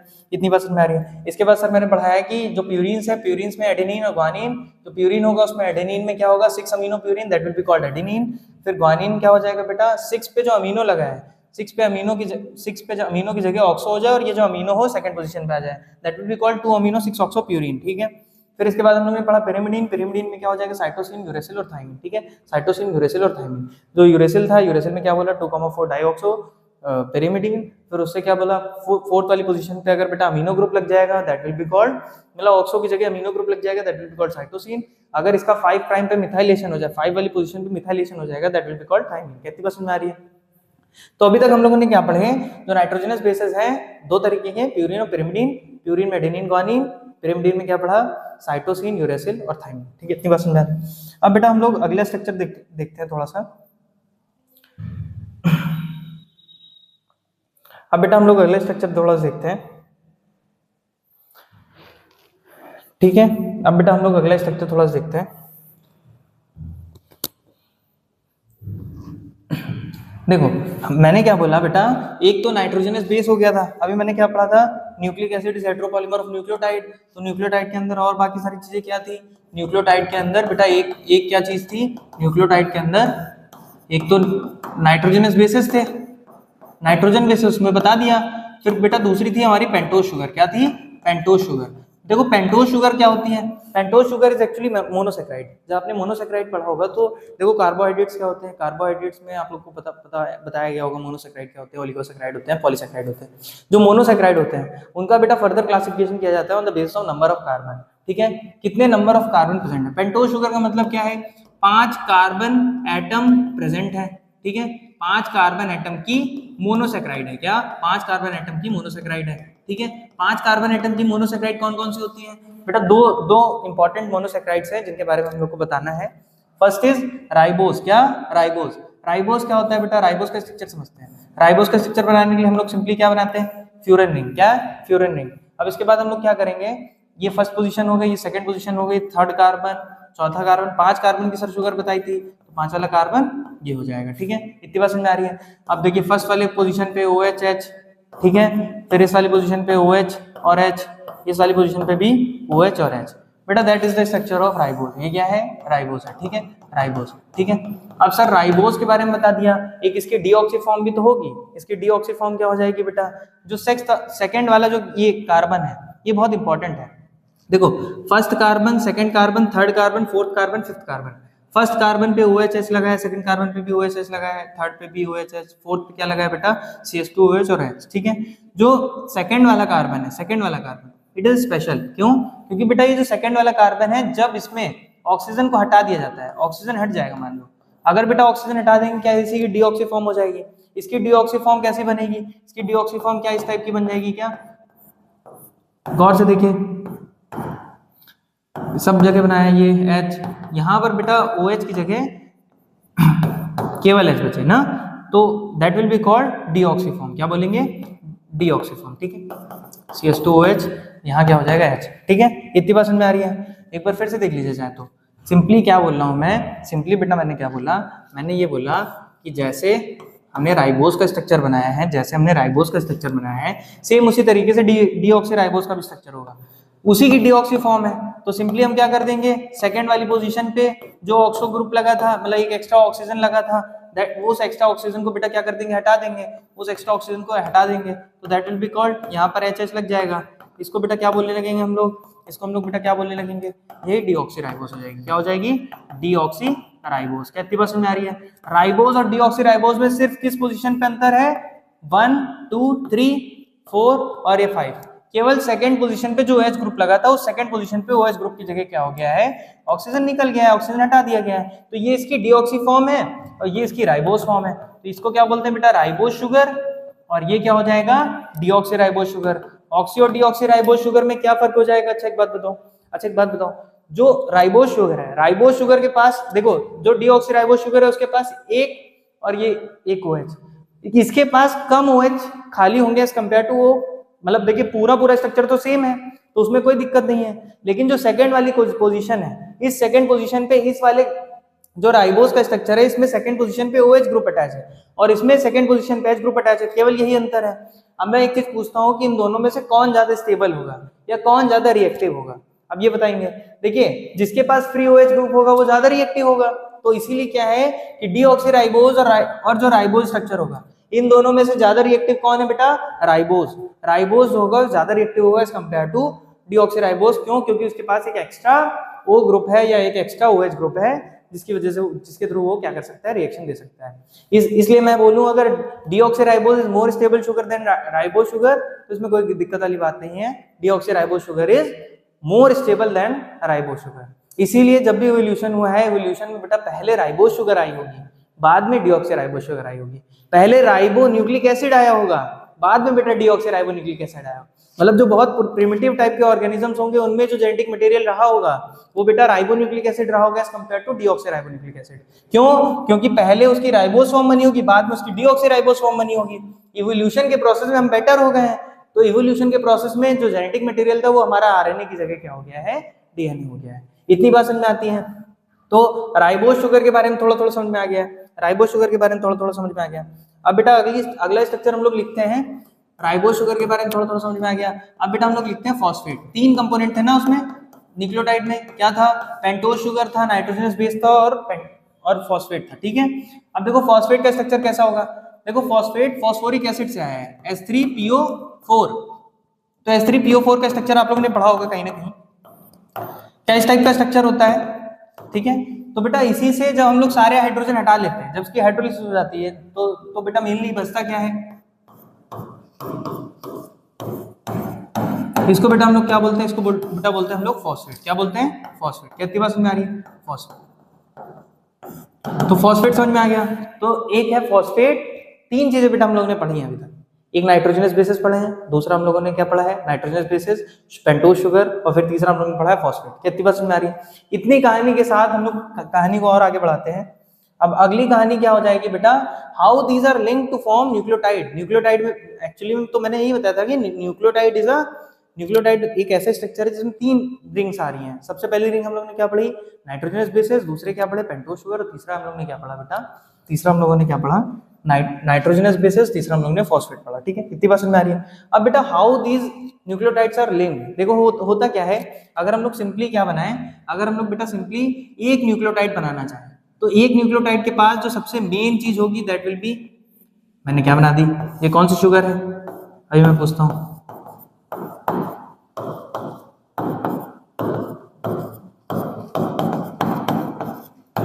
ये क्या है, राइबोज है कि डीऑक्सीराइबोज है। तो आंसर इज बेटा देखो पहला दूसरा सेकंड वाले कार्बन पे सर OH ग्रुप लगाया, सर OH ग्रुप लगाया, तो इसका मतलब ये डीऑक्सीराइबोज नहीं राइबोज होगी। अगर ये राइबोज होगी तो ये बेटा कौन सी शुगर हो गई, राइबोज शुगर हो गई। क्या इतनी बात समझ में आ रही है। इसके अलावा और क्या बनाते हैं बेटा, नाइट्रोजनस बेस बनाते हैं। नाइट्रोजनस बेस कौन कौन सा बना सकते हैं, नाइट्रोजनस बेस में मान लेते हैं एडेनिन बनाते हैं ना, एडेनिन बनाया जाता है। तो एडेनिन बनाते हैं, तो एडेनिन कैसा होगा, एडेनिन के बारे में भी मैंने आपको बताया कि एडेनिन कुछ कुछ ऐसा दिख रहा होगा, क्या देखो इधर बनाते हैं, ठीक है। एडेनिन क्या कुछ कुछ बेटा ऐसा दिख रहा होगा, क्या ऐसे करके बेंजीन वाली रिंग बना दी, फिर इधर 7, क्या कुछ कुछ ऐसा बेंजीन दिख रहा होगा, ठीक है। फर्स्ट पोजीशन, थर्ड पोजीशन, और फिर इसकी बेटा एरोमेटिसिटी के लिए ये हमने बना दिया। क्या इतनी बात समझ में आ रही है। तो बेटा होता क्या है, इसका जो C1 का जो इसका फर्स्ट वाला कार्बन है, इसका फर्स्ट वाला कार्बन एटम इसके 9th वाले नाइट्रोजन से क्या कर लेता है, बॉन्ड बना लेता है। क्या बना लेता है, बॉन्ड, ठीक है। इन दोनों के बीच में बॉन्ड बन जाता है। इस बॉन्ड को बेटा हम लोग बोलते हैं एन ग्लाइकोसिडिक लिंकेज। क्या, एन ग्लाइकोसिडिक लिंकेज। क्या इतनी बात समझ में आ रही है। तो मैं क्या बोल रहा हूँ, मैंने ये बोला कि बेटा जो पेंटोज शुगर है और जो नाइट्रोजनस बेस है, इन पेंटोज शुगर और नाइट्रोजनस बेस के बीच में ये जो इंपॉर्टेंट सा बॉन्ड है that is an glycosidic linkage. क्या बोलेंगे बेटा इसको, एन ग्लाइकोसिडिक लिंकेज। क्या इतनी बात समझ में आ रही है, N glycosidic linkage. N glycosidic linkage है क्या, देखो ये क्या है, पेंटोज शुगर। क्या है बेटा, पेंटोज शुगर। पेंटोज शुगर और नाइट्रोजनस बेस, ये कौन सा नाइट्रोजनस बेस है वैसे, ये क्या है बेटा, अभी तो प्यूरिन रिंग बनाई है। अगर 6th पोजीशन पे, अगर बेटा 6th पोजीशन पे हम लोग क्या कर दे, एक अमीनो ग्रुप लगा दे, 6th पोजीशन पे हम लोग एक अमीनो ग्रुप लगा दे, दैट विल बी कॉल्ड, इसको बेटा क्या बोलेंगे, इसको एडेनिन बोलेंगे। तो ये सिंपली सा एक नाइट्रोजनस बेस है जो कि एडेनिन है। क्या है, एडेनिन, ठीक है। इतनी बात समझ में आ रही है, ये क्या है बेटा, एडेनिन है, ठीक है। इतनी बात समझ में आ रही है। ये क्या हो गया बेटा, एडेनिन हो गया, ठीक है। ये एक नाइट्रोजनस बेस है, ये एन ग्लाइकोसिडिक लिंकेज के द्वारा क्या होगा, कनेक्टेड होगा। Pentose sugar and nitrogenous base both are linked with the help of N glycosidic linkage, ठीक है। इतनी बात समझ में आ रही है। अच्छा एक बात और बताओ, देखो होता क्या है बेटा, जब भी हम नंबरिंग करते हैं तो नंबरिंग में क्या करते हैं, जो सबसे इंपॉर्टेंट हमारा प्राइम ग्रुप हो जाएगा वो मेन हो जाएगा नाइट्रोजनस बेस। तो अगर हम इसकी नंबरिंग कर रहे हैं, इसकी नंबरिंग कैसे कर रहे थे हम, 1 2, दूसरे कलर से नंबरिंग कर लेते हैं ना, ठीक है। तो बेटा देखो सिंपली गौर से करिएगा, मैं क्या बोल रहा हूँ, 1 2 3 4 5 6, ठीक है, 6 7 8 9। देखिए मैं क्या बोल रहा हूँ, 1 2 3 4 5 6 7 8 9, मैं नंबरिंग कर दी। अब मुझे राइबोज शुगर की भी नंबरिंग करनी है। अब बेटा राइबोज शुगर की नंबरिंग अगर मैं फिर 1 से स्टार्ट करूंगा, राइबोज की भी नंबरिंग अगर मैं फिर 1 से स्टार्ट करूंगा, तो क्या होगा, देयर विल बी कंफ्यूजन कि हम इस वाले 1 की बात कर रहे हैं कि इस वाले फर्स्ट पोजीशन की बात कर रहे हैं। इसलिए हमें क्या करना पड़ेगा, हमें जैसे हमने नाइट्रोजनस बेस के लिए अगर 1 2 3 4 5 6 ले लिया है, तो हम यहाँ पर नंबरिंग कैसे करेंगे, 1 prime 2 prime 1 prime 2 prime 3 prime position 4 prime position 5 prime position. क्या इतनी बात समझ में आ रही है, इतनी बात समझ में आ रही है। अब होता क्या है बेटा, ये जो एन ग्लाइकोसिडिक लिंकेज है, इसके थ्रू ये क्या अटैच है, पेंटोज शुगर किससे अटैच है, नाइट्रोजनस बेस से, ठीक है, नाइट्रोजनस बेस से। फिर इसके बाद बेटा क्या होगा, ये जो राइबोस या पेंटोज की जो शुगर है, ये राइबोस वाली शुगर है ना, अब बेटा इसका जो फिफ्थ वाला पोजीशन है, फिफ्थ वाले पोजीशन पे CH2OH लगा हुआ है। क्या लगा है? CH2OH, ठीक है, क्या लगा है? CH2OH, ठीक है, CH2OH लगा है, ठीक है, CH2OH। क्या इतनी बात समझ में आ रही है? CH2OH, क्या मैं इसको ऐसे लिख सकता हूँ क्या कि CH2OH लगा है? अरे यार, देखिए बेटा यहाँ पर क्या लगा हुआ है? CH2OH, ठीक है, ये क्या लगा है? CH2OH, CH2OH। तो बेटा एक पोजीशन है, इस वाले कार्बन को 5 प्राइम कार्बन बोलेंगे, क्योंकि नंबरिंग में कौन सा कार्बन आया है? 5 प्राइम पोजीशन। तो होगा क्या बेटा, जो 5 प्राइम पोजीशन है यहाँ पर फॉस्फेट भी तो अटैच होगा। फॉस्फेट के बारे में मैंने क्या बोला कि फॉस्फेट क्या है? फॉस्फेट कुछ इस टाइप का कंपाउंड था, क्या इस टाइप का कंपाउंड था क्या? तो बेटा यहाँ पर ये जो OH है, इस OH की जगह पे यहाँ पर क्या होगा, ये किससे अटैच हो जाएगा? ये किससे अटैच हो जाएगा? इसके इससे, ठीक है, ये इससे अटैच हो जाएगा। तो बेटा इसको हम लोग क्या बोलने लगेंगे? इसको हम लोग क्या बोलने लगेंगे? इसको बेटा बोला जाता है फॉस्फोएस्टर बॉन्ड। क्या? Phosphoester bond. फॉस्फोएस्टर बॉन्ड समझ में आ रहा है? देखिए एस्टर ही बॉन्ड तो है, ये फॉस्फेट का एस्टर बॉन्ड है, that will B phosphoester bond. तो सिंपली जब भी हम कोई न्यूक्लियोटाइड बनाते हैं तो 3 कंपोनेंट मैंने बताने थे, एक नाइट्रोजनस बेस, पेंटोज शुगर, और तीसरा बेटा क्या बताया? फॉस्फोएस्टर बॉन्ड, ठीक है, फॉस्फोएस्टर बॉन्ड। फॉस्फोएस्टर बॉन्ड की वजह से ये क्या बन गया बेटा हमारे पास? फॉस्फेट बन गया है, ठीक है, क्या बन गया है? फॉस्फेट। क्या इतनी बात समझ आ रही है? तो एक हमारे पास नाइट्रोजनस बेस है, एक पेंटोज शुगर है, फॉस्फेट, फॉस्फोडाइस्टर बॉन्ड। क्या इतनी बात समझ में आ रही है? इस तरीके से बेटा इस पूरे को मिला के क्या बोलेंगे? इस पूरे को बेटा मिला के बोला जाता है 1 राइबो न्यूक्लियोटाइड। राइबो न्यूक्लियोटाइड क्यों बोला बेटा? क्योंकि इसमें जो मेन शुगर है दैट इज राइबोस शुगर। अगर मेन शुगर राइबोस शुगर है that will be called 1 ribo nucleotide. फिर अगर सोचो ये राइबोस शुगर ना होके यहाँ पर बेटा OH नहीं होता, केवल डीऑक्सी राइबोस शुगर यूज कर रहे होते, तो यहाँ पर क्या बोलते हैं? 1 डीऑक्सी राइबो न्यूक्लियोटाइड। क्या बोलते हैं? 1 डीऑक्सी राइबो न्यूक्लियोटाइड। क्या इतनी बात समझ में आ रही है? इतनी बात समझ में आ रही है? अब देखो बेटा, सिंपली मैं क्या बोलना चाह रहा हूं कि जैसे हमारे पास बेटा ये एक राइबो न्यूक्लियोटाइड का स्ट्रक्चर है, ठीक है, ये हमारे पास एक राइबो न्यूक्लियोटाइड का स्ट्रक्चर है, ठीक है, ये हमारे पास क्या है बेटा? एक राइबो न्यूक्लियोटाइड का स्ट्रक्चर है, ठीक है। अब बेटा सोचो, क्या मैं इसी की कॉपी कर सकता हूं क्या? देखो बेटा ये एक राइबो न्यूक्लियोटाइड का स्ट्रक्चर है, तो इस राइबो न्यूक्लियोटाइड के स्ट्रक्चर में हम लोग क्या करेंगे?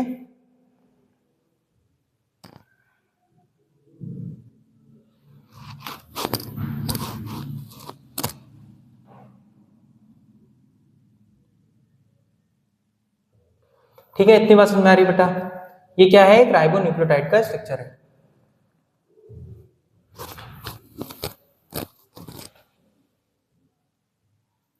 ठीक है, ये एक राइबो न्यूक्लियोटाइड का स्ट्रक्चर है। तो अब बेटा हम लोग समझते हैं इसमें नाइट्रोजनस बेस है, पेंटोज है, फॉस्फोडाइस्टर बॉन्ड है, ठीक है, फॉस्फोडाइस्टर बॉन्ड है। होता क्या है बेटा? होता कुछ ऐसा है कि जैसे ये मैंने क्या बताया कि एक ये राइबो न्यूक्लियोटाइड हो गया।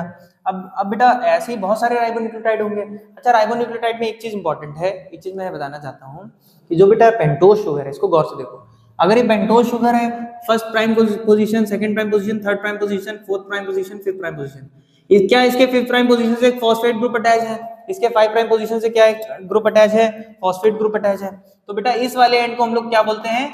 Phosphate end of nucleotide. क्या बोलते हैं? Phosphate end of nucleotide. Phosphate end of nucleotide को बेटा 5 प्राइम एंड ऑफ न्यूक्लियोटाइड भी बोलते हैं। ये क्या हो जाएगा बेटा? 5 prime end of nucleotide. 5 prime क्यों बोला? समझ में आ रहा होगा, क्योंकि ये कौन सा एंड है?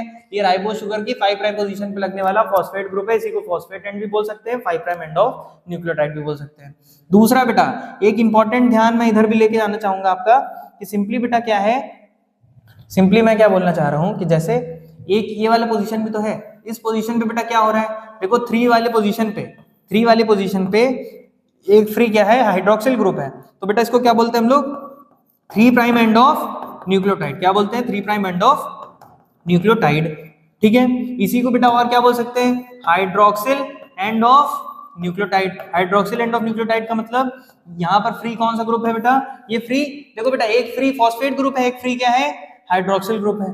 फ्री फॉस्फेट ग्रुप का मतलब क्या है, ये 5 प्राइम पोजीशन पे हो जाएगा, इसलिए इसको 5 प्राइम एंड ऑफ न्यूक्लियोटाइड बोल रहे हैं। ये 3 प्राइम पोजीशन पे है, इसको क्या बोलेंगे, 3 प्राइम एंड ऑफ न्यूक्लियोटाइड। ठीक है, इतनी बात समझ आ रही है। 3 प्राइम एंड पे क्या लगा है बेटा, OH ग्रुप लगा है, इसलिए इसको क्या बोलते हैं, 3 प्राइम हाइड्रोक्सिल एंड ना, या हाइड्रोक्सिल एंड ऑफ न्यूक्लियोटाइड। ठीक है, phosphate and hydroxyl and 5 prime and 3 prime. क्या इतनी बात समझ आती है। तो बेटा होता क्या है, जब भी न्यूक्लियोटाइड का पॉलीमर बनाना है तो पॉलीमर किस तरीके से बनता है, इसका जो फॉस्फेट ग्रुप है या इसका जो OH है वो अगले वाले के फॉस्फेट से क्या बना लेगा बेटा, बॉन्ड बना लेगा, उसके वाले फॉस्फेट से बॉन्ड बना लेगा। उसके वाले फॉस्फेट ने उसके वाले जो सेकंड वाला बेटा, ये मान लो पहला वाला न्यूक्लियोटाइड है, क्या है, फर्स्ट न्यूक्लियोटाइड। इसके बाद जो अगला न्यूक्लियोटाइड आएगा, सेकंड न्यूक्लियोटाइड का जो फॉस्फेट होगा वो इससे क्या हो जाएगा, बॉन्ड बनाने लगेगा ना, वो इससे बॉन्ड बनाने लगेगा। तो इससे जो बॉन्ड बनेगा, अब एक फॉस्फोएस्टर बॉन्ड ये बना, एक फॉस्फोएस्टर बॉन्ड ये बना, तो होगा क्या बेटा, देखो एक फॉस्फोएस्टर बॉन्ड ये इससे बनाएगा और एक एग्जैक्टली जैसे इसने यहाँ पर फॉस्फोएस्टर बॉन्ड बनाया वैसे इसने इस वाले फॉस्फेट ने नीचे की तरफ बना रखा होगा। तो इस पूरे कंप्लीट बॉन्ड को बेटा हम लोग बोलेंगे फॉस्फोडाईएस्टर बॉन्ड। क्या बोलेंगे, फॉस्फोडाईएस्टर बॉन्ड। ठीक है, देखिए आप इमेज से थोड़ा और समझ में आएगा। ठीक है, इमेज से समझाता हूँ। होगा क्या बेटा, जैसे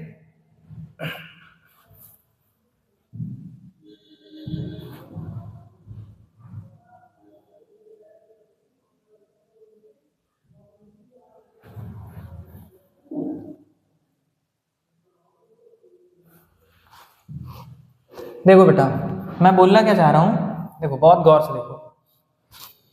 देखो बेटा बोल क्या रहा हूं मैं, जैसे ये एडेनिन वाला है, एडेनिन वाले ने क्या किया, फर्स्ट वाले पोजीशन से अटैच हो गया था, तो ये कौन सा बॉन्ड बना है, अब आप लोग मुझे बताएंगे। ठीक है, ये कौन सा बॉन्ड है बेटा, इसको क्या बोल रहे हैं, एन ग्लाइकोसिडिक लिंकेज। इसको क्या बोल रहे हैं, एन ग्लाइकोसिडिक लिंकेज। कहती बात समझ आ रही है, एन ग्लाइकोसिडिक लिंकेज। ठीक है, ये वाला बेटा कौन सा बॉन्ड हो गया, फॉस्फोएस्टर बॉन्ड। क्या बोलेंगे इसको, फॉस्फोएस्टर बॉन्ड। ठीक है, कितनी बात समझ में आ रही है, फॉस्फोएस्टर बॉन्ड। कितनी बात समझ में आ रही है, कितनी बात समझ में आ रही है। अब देखो बेटा एक एन ग्लाइकोसिडिक बॉन्ड है, एक फॉस्फोएस्टर बॉन्ड है। ठीक है, ये किस पोजीशन पे है, ये first prime position, second prime position, third prime, fourth prime, 5 prime. इस वाले एंड को जिस वाले एंड पे फॉस्फेट अटैच है उसको फॉस्फेट एंड बोलेंगे या उसको 5 प्राइम एंड बोलेंगे। जिस पोजीशन पे एक फ्री हाइड्रोक्सिल ग्रुप प्रेजेंट था उसको बेटा बोलेंगे हम लोग 3 प्राइम एंड, या देखो 3 पे एक फ्री OH प्रेजेंट है, इसको बेटा क्या बोलेंगे हम लोग, 3 एंड। ठीक है, अब होगा क्या बेटा, ये एक न्यूक्लियोटाइड है, क्या ये एक न्यूक्लियोटाइड है, क्या इसको इरेज कर लूं क्या। देखो फॉस्फोएस्टर बॉन्ड समझ में आ गया, फॉस्फोएस्टर एंड ग्लाइकोसिडिक बॉन्ड। देखो मैं कहना क्या चाहता हूँ, ये बेटा एक पूरा क्या है, एक न्यूक्लियोटाइड है, ये अगला वाला न्यूक्लियोटाइड है। ठीक है, ये अगला वाला न्यूक्लियोटाइड है। तो बोलना ही चाह रहा हूं कि जैसे बेटा ये जो न्यूक्लियोटाइड है, इस न्यूक्लियोटाइड का जो 5 प्राइम एंड है, या इस न्यूक्लियोटाइड का जो 3 प्राइम वाला एंड है, ये अगले वाले न्यूक्लियोटाइड के, ये अगले वाले न्यूक्लियोटाइड के, ये इस वाले न्यूक्लियोटाइड के 5 प्राइम एंड से क्या बनाएगा, एक बॉन्ड बनाएगा। क्या बनाएगा, बॉन्ड बनाएगा। तो बेटा क्या ये वाला कार्बन इस वाले से O, फिर फॉस्फेट, फिर ये वाला फॉस्फेट, फिर ये, तो बेटा ये जो पूरा बॉन्ड बनेगा, इस पूरे बॉन्ड को हम लोग क्या बोलते हैं, फॉस्फोडाईएस्टर बॉन्ड। क्यों फॉस्फोडाईएस्टर बोला सर, फॉस्फोडाईएस्टर सिंपली ये बोला क्योंकि देखो मैं बोलना क्या चाह रहा हूँ, ऊपर वाला जो है, जो ऊपर वाला बेटा कार्बन है, ऊपर वाले कार्बन ने ये जो फॉस्फेट था, नीचे वाला फॉस्फेट, इससे एक बॉन्ड बनाया है, दैट इज फॉस्फोएस्टर बॉन्ड। एक phosphoester bond within the nucleotide था। विद इन द न्यूक्लियोटाइड का मतलब ये जो फॉस्फेट है राइबोज शुगर से बनाया है, इधर वाले राइबोज शुगर से। तो एक एस्टर फॉस्फोएस्टर बॉन्ड ये बना है, एक फॉस्फोएस्टर बॉन्ड ये बना है, इन दोनों को कंबाइंड मिला के बेटा हम लोग क्या बोलते हैं, फॉस्फोडाईएस्टर बॉन्ड। क्या बोलते हैं, फॉस्फोडाईएस्टर बॉन्ड। क्या इतनी बात समझ में आ रही है, फॉस्फोएस्टर बॉन्ड, फॉस्फोडाईएस्टर बॉन्ड। देखो सिंपली बेटा क्या बोल रहा है, अगर मैं ऐसे समझाऊं, इधर फॉस्फेट प्रेजेंट है, नीचे साइड वाले राइबोज से बॉन्ड से अटैच्ड है, तो ये एक फॉस्फोएस्टर बॉन्ड हो गया।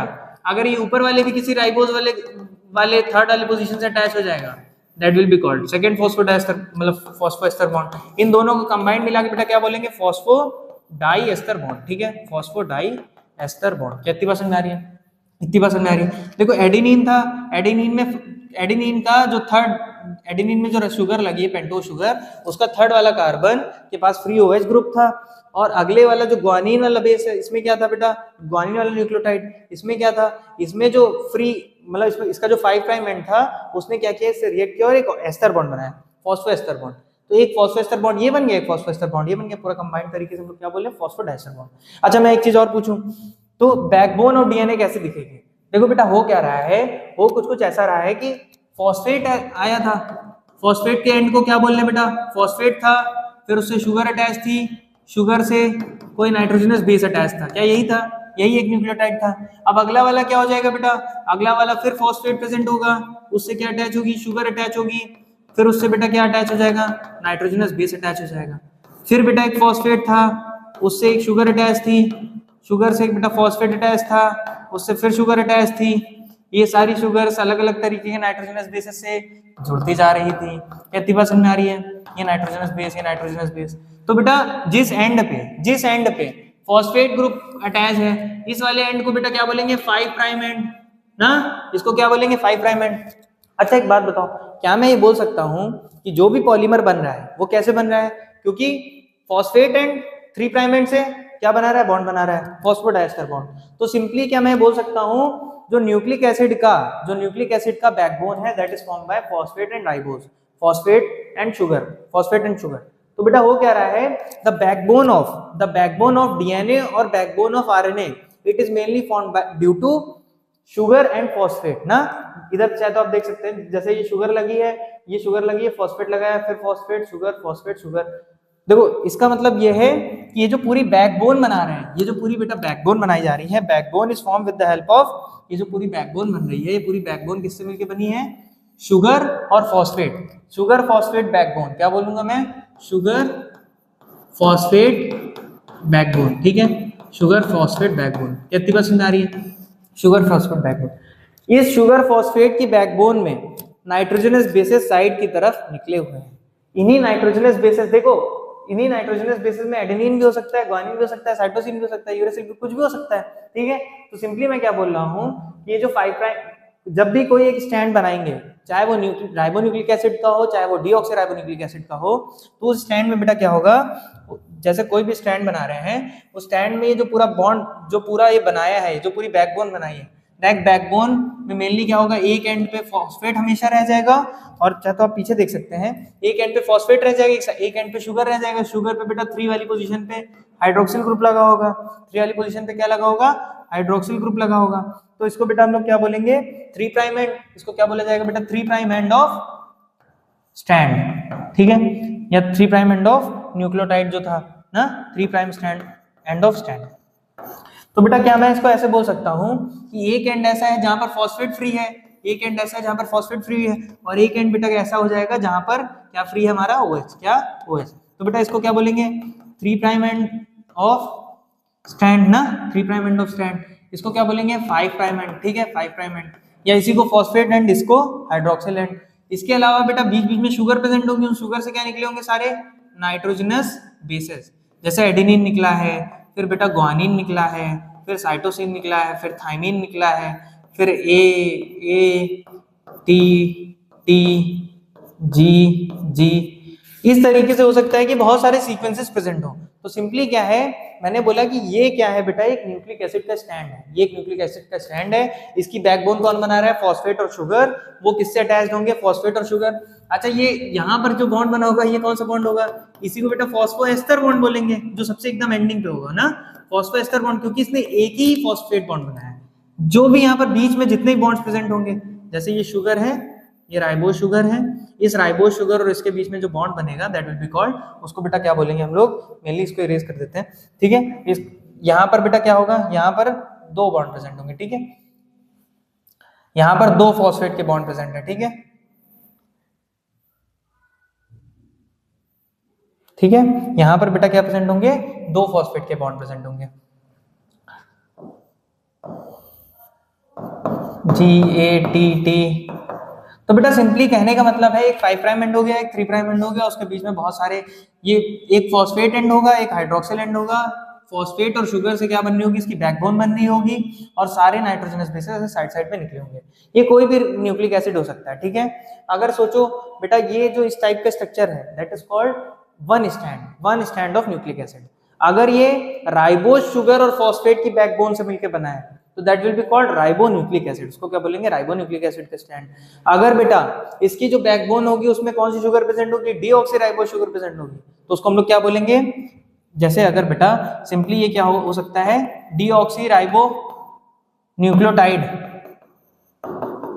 का पॉलीमर है ना, तो बेटा इसको क्या बोलने लगेंगे हम लोग, DNA, ठीक है, DNA। और सोचो अगर यही राइबोन्यूक्लियोटाइड, क्या राइबोन्यूक्लियोटाइड इसका पॉलीमर होगा, दैट विल बी कॉल्ड, इसके पॉलीमर को बेटा RNA बोला जाएगा, राइबोन्यूक्लिक एसिड। तो डीऑक्सी राइबोन्यूक्लिक एसिड और राइबोन्यूक्लिक एसिड समझ गए। तो देखो कहने का मतलब क्या है, आप इधर से देखिए, हुआ क्या बेटा, एडेनिन, ग्वानिन, साइटोसिन, थाइमिन, ये सब क्या एक ऐसे, देखो बैकबोन कौन बना रहा है, फॉस्फेट और शुगर, फॉस्फेट और शुगर, सारे नाइट्रोजनस बेसेस उससे निकले हुए हैं, एडेनिन निकला है, ग्वानिन निकला है, साइटोसिन निकला है, थाइमिन निकला है, इस तरीके से सो ऑन, इस तरीके से चलता जाएगा। क्या इतनी बात समझ में आ रही है, क्या इतनी बात समझ में आ रही है। अब बेटा एक चीज और हम लोग थोड़ा सा देख लेते हैं, राइबोज और डीऑक्सीराइबोज में कंपैरिजन, मतलब जो DNA होता है और RNA होता है, इन दोनों के बीच में बेटा एक कंपैरिजन आता है, ठीक है, इन दोनों के बीच में कभी कभी कंपैरिजन पूछा जाता है। तो देखो जो DNA होता है, DNA के अंदर बेटा जो शुगर यूज होगी that will B deoxyribose sugar, इसमें कौन सी शुगर यूज होगी, राइबोज शुगर यूज होगी, क्या कौन सी शुगर यूज होगी, राइबोज शुगर। इसमें भी जो जो जो बैकबोन बनाएगा वो कौन बनाएगा, जल्दी से बताओ, फॉस्फेट और डीऑक्सीराइबोज शुगर, ये क्या बना रहे होंगे, इन्हीं के बीच में ऐसे बैकबोन टाइप का होगा ना, और इसमें बैकबोन कौन बनाएगा, राइबोज शुगर और फॉस्फेट, ये बनाएंगे, ठीक है, इतनी बात समझ में आ रही है। फिर इसके बाद DNA जो होता है बेटा, ये जनरली डबल स्टैंडर्ड होता है, कैसा होता है, डबल स्टैंडर्ड, क्या होता है, डबल स्टैंडर्ड। डबल स्टैंडर्ड का मतलब इसमें दो स्टैंड प्रेजेंट होंगे, एक ये स्टैंड, एक ये स्टैंड। अच्छा इसमें एक चीज और इंपॉर्टेंट है, ये जो दोनों स्टैंड है, एक अगर 5 प्राइम से 3 प्राइम डायरेक्शन में मूव कर रहा होता है, तो अगला वाला 3 प्राइम से 5 प्राइम डायरेक्शन मूव कर रहा होता है, ठीक है, मतलब जो DNA होगा it will B double standard structure, जबकि RNA जो होगा, RNA क्या होगा बेटा, सिंगल स्टैंडर्ड स्ट्रक्चर होगा, ठीक है, ठीक है, कितनी बात समझ में आ रही है, ठीक है, इतनी बात समझ में आ रही है। इस सिंगल स्टैंडर्ड स्ट्रक्चर होगा तो इसमें एक 5 प्राइम एंड हो जाएगा, एक 3 प्राइम एंड हो जाएगा, ठीक है, इतनी बात समझ में आ रही है। अच्छा 5 प्राइम और 3 प्राइम एंड, इसमें सारे जितने भी नाइट्रोजनस बेसेस थे वो खाली खाली खुले खुले प्रेजेंट है, इसमें सारे नाइट्रोजनस बेसेस भी पैक्ड हैं। इसके अलावा जो शुगर यूज हो रही है वो कौन सी यूज हो रही है, डीऑक्सीराइबोज शुगर, जो कि ज्यादा स्टेबल होती है as compare to ribose sugar, इसलिए जो RNA का स्ट्रक्चर होगा it will be less stable, क्या होगी बेटा, लेस स्टेबल होगा, ये क्या होगा, मोर स्टेबल होगा, ठीक है, मोर स्टेबल, इतनी बात समझ में आ रही है, ठीक है, इतनी बात समझ में आ रही है। फिर इसके बाद राइबोज और डीऑक्सीराइबोज में क्या अंतर हो सकता है, देखो जो RNA होगा, RNA is actually genetic material of viruses, generally क्या है बेटा, कुछ प्रिमिटिव ऑर्गेनिजम्स एंड वायरसेस ना, and virus have genetic material made of RNA, ठीक है, इसमें क्या होगा बेटा, DNA is the main genetic material of living organisms, ठीक है, ऑफ लिविंग ऑर्गेनिजम्स, ठीक है, इतनी बात समझ में आ रही। अब देखो बेटा DNA और RNA के बीच में हम लोग ने एक चीज क्या पढ़ी, जो DNA था ज्यादा स्टेबल था, DNA डबल स्टैंडर्ड था, जो RNA था सिंगल स्टैंडर्ड था, वो ज्यादा रिएक्टिव था। इसके अलावा RNA में जो था वो राइबोज की जो शुगर है और फॉस्फेट का बैकबोन चल रहा था, इसमें किसका बैकबोन चल रहा था, डीऑक्सीराइबोज शुगर और फॉस्फेट का, ठीक है, इतनी बात समझ में आ रही है। दोनों में से ही नाइट्रोजनस बेसेस निकले हुए थे बाहर की तरफ, जो DNA था, DNA में डबल स्टैंडर्ड स्ट्रक्चर हो गया था, इसलिए जो दोनों नाइट्रोजनस बेसेस थे वो जुड़ रहे थे, ठीक है, इतनी बात समझ में आ रही है, क्या बेटा इतनी बात समझ में आ रही है, इतनी बात समझ में आ रही है। अब आगे बढ़ते हैं, देखो बेटा जब भी DNA का स्ट्रक्चर पढ़ते हैं ना, स्ट्रक्चर ऑफ DNA, तो स्ट्रक्चर ऑफ DNA में हम लोग मेनली क्या, सबसे मैंने क्या बोला, सबसे पहले मैंने ये बोला कि जो DNA है, DNA is heteropolymer of nucleotide, it is a double stand structure, क्या, डबल स्टैंड स्ट्रक्चर। तो सबसे पहले क्या है, अगर बेटा एक स्टैंड 3 प्राइम से 5 प्राइम डायरेक्शन में मूव कर रहा है, अगला वाला 3 प्राइम से 5 प्राइम में उल्टी दिशा में मूव करेगा, that is called both strands are antiparallel, क्या, एंटी पैरेलल, दोनों स्टैंड क्या होंगे बेटा, एंटी पैरेलल होंगे। एंटी पैरेलल का मतलब दोनों, अगर एक 5 प्राइम से 3 प्राइम मूव कर रहे हैं तो एक 3 प्राइम से 5 प्राइम की तरफ मूव करेगा, ठीक है, ATGC। अच्छा एक और चीज, एक डिफरेंस रह गया बेटा, जो राइबोज शुगर होगा, इस डीऑक्सीराइबोज शुगर होगी, ये मेनली बेटा ATGC से मिलके बनेगी, किससे, ATGC, A मतलब एडेनिन, T मतलब थाइमिन, G मतलब ग्वानिन, ग्वानिन और सी मतलब साइटोसिन। ये किससे मिलके बनता है बेटा, AUGC से। क्या, AUGC, ठीक है। इसमें बेटा थाइमीन की जगह पे क्या प्रेजेंट होगा, जो आरएनए होगा, आरएनए में थाइमीन की जगह पे क्या प्रेजेंट होगा, कौन सा बेस हो जाएगा, यू वाला। मतलब इसमें AUGUAGUG, ठीक है। इसमें कोई भी आपको टी नहीं दिखेगा और इसमें टी प्रेजेंट होंगे, इसमें यू नहीं दिखेंगे, ठीक है। इतनी बात समझ आ रही है।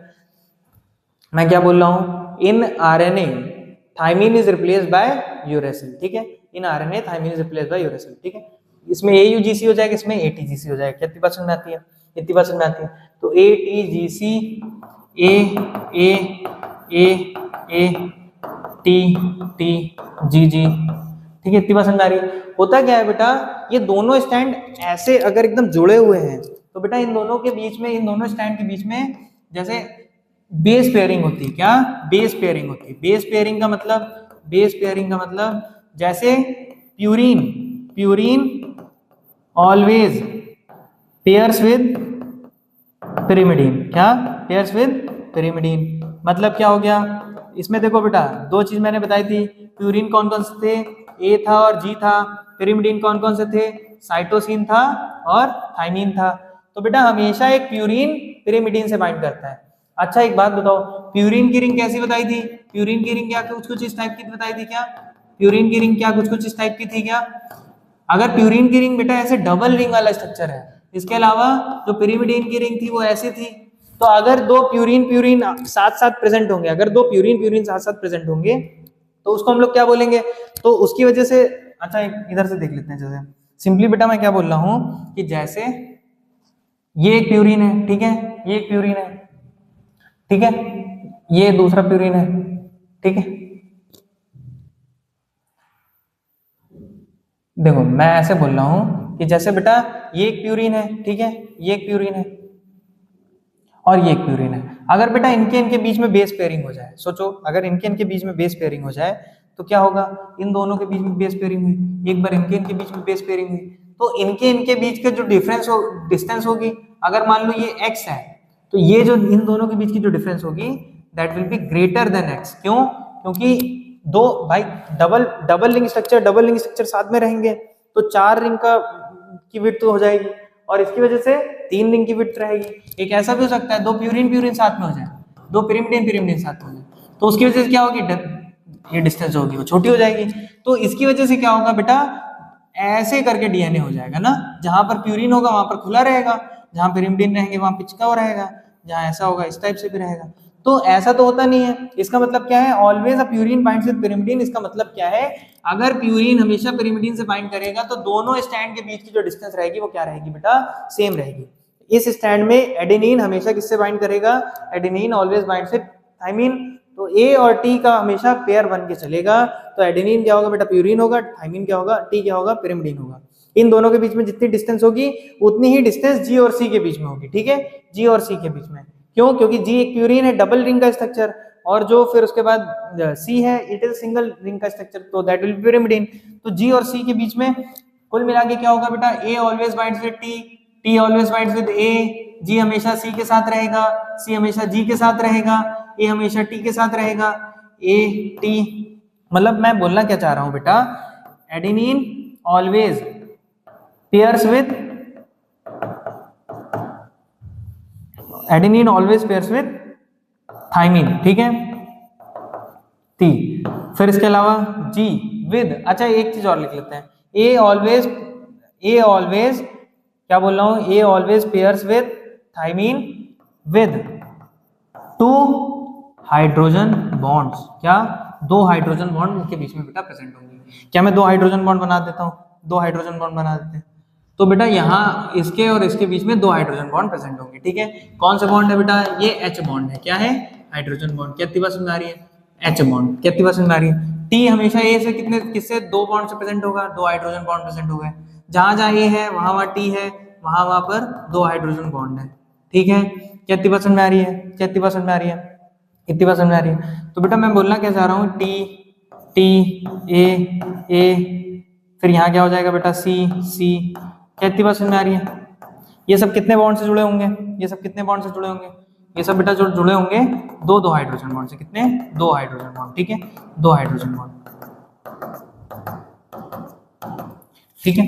क्या इतनी बात समझ में आ रही है? जो बेटा जी और सी होता है, जी और सी, सॉरी, ये जो जी और सी होगा बेटा, ये जो जी और सी होगा ये हमेशा जी, लिख दे क्या, G always pairs with, G always pairs with C from with 3 hydrogen bond, क्या, 3 हाइड्रोजन बॉन्ड से जुड़े होंगे।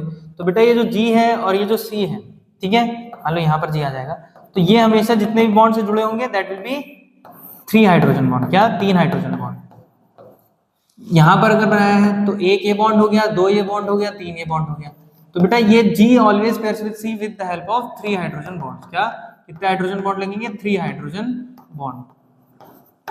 तो मैंने डीएनए का स्ट्रक्चर कैसे बताया, DNA is a heteropolymer of deoxyribonucleotide, ठीक है। इसमें 4 तरीके के न्यूक्लियोटाइड होंगे, एक एडेनिन वाला हो जाएगा, मतलब एडिनाइलिक एसिड, इसको क्या बोलते हैं बेटा, adenylic acid, adenylic acid, thymidylic acid, cytidylic acid और गुआनिलिक एसिड, ठीक है। कुल मिला के एटीजीसी वाले जो होंगे न्यूक्लियोटाइड, यही न्यूक्लियोटाइड क्या करते रहेंगे बेटा, एक के बाद वो बनाते जाएंगे, ठीक है, न्यूक्लिक एसिड का पॉलीमर, ठीक है, हेट्रोपॉलीमर। दूसरा मैंने क्या बताया कि जो डीएनए होगा, डीएनए में हेट्रोपॉलीमर ऑफ न्यूक्लियोटाइड होगा, फिर उसमें किस तरीके से अटैच होगा, इसमें जो बैकबोन बनेगी, backbone is formed by phosphate and sugar, ठीक है, backbone is formed by phosphate and sugar. फिर उसके बाद मैंने क्या बताया कि जो शुगर होगी, शुगर के फर्स्ट वाले कार्बन से सारे नाइट्रोजनस बेस अटैच होंगे, तो क्या होगा, backbone is formed bye sugar and phosphate and जो नाइट्रोजनस बेसिस हैं वो क्या होंगे, उससे निकल रहे होंगे, ठीक है, आर प्रोट्रूडिंग आउटसाइड, ठीक है, सारे प्रोट्रूडिंग आउटसाइड होंगे। फिर इसके बाद क्या पढ़ा कि DNA is a double stand structure, double stand structure का मतलब इसमें 2 स्टैंड होंगे, एक पॉलीमर नहीं होगा, एक ये स्टैंड चल रहा है, दूसरा स्टैंड चल रहा है, ठीक है। फिर इसके बाद क्या बताया कि both strands are parallel, parallel का मतलब इन दोनों के बीच में यूनिफॉर्म डिस्टेंस होगी, ठीक है। दूसरा एंटी पैरेलल बोला है ना, एंटी पैरेलल का मतलब एक अगर 5 प्राइम डायरेक्शन से 3 प्राइम डायरेक्शन में जा रहा है तो दूसरा 3 प्राइम से 5 प्राइम डायरेक्शन में जाएगा। 3 प्राइम डायरेक्शन और 5 प्राइम डायरेक्शन के बारे में आपको थोड़ी बेसिक आइडिया बताया था अभी, ठीक है। फिर इसके बाद मैंने क्या बोला कि जो दोनों स्टैंड है इन दोनों के बीच में जो डिस्टेंस होगी वो सेम रहेगी। फिर इसके बाद बेस पेयरिंग बताया, बेस पेयरिंग किस तरीके से होगी बेटा, ये जो दोनों स्टैंड होंगे ये आपस में जुड़े रहेंगे with the help of hydrogen bond. A हमेशा टी से पेयर करेगा, जी हमेशा सी से पेयर करेगा। इसका मतलब क्या है, आप purine always pairs with pyrimidine and vice versa ना, अगर पिरिमिडीन है तो प्यूरिन से बाइंड करेगा। ए हमेशा टी से बॉन्ड बनाएगा with the help of 2 hydrogen bonds, G हमेशा सी से बेस पेयरिंग करेगा with the help of 3 hydrogen bonds, ठीक है। इतनी बात समझ में आ रही है।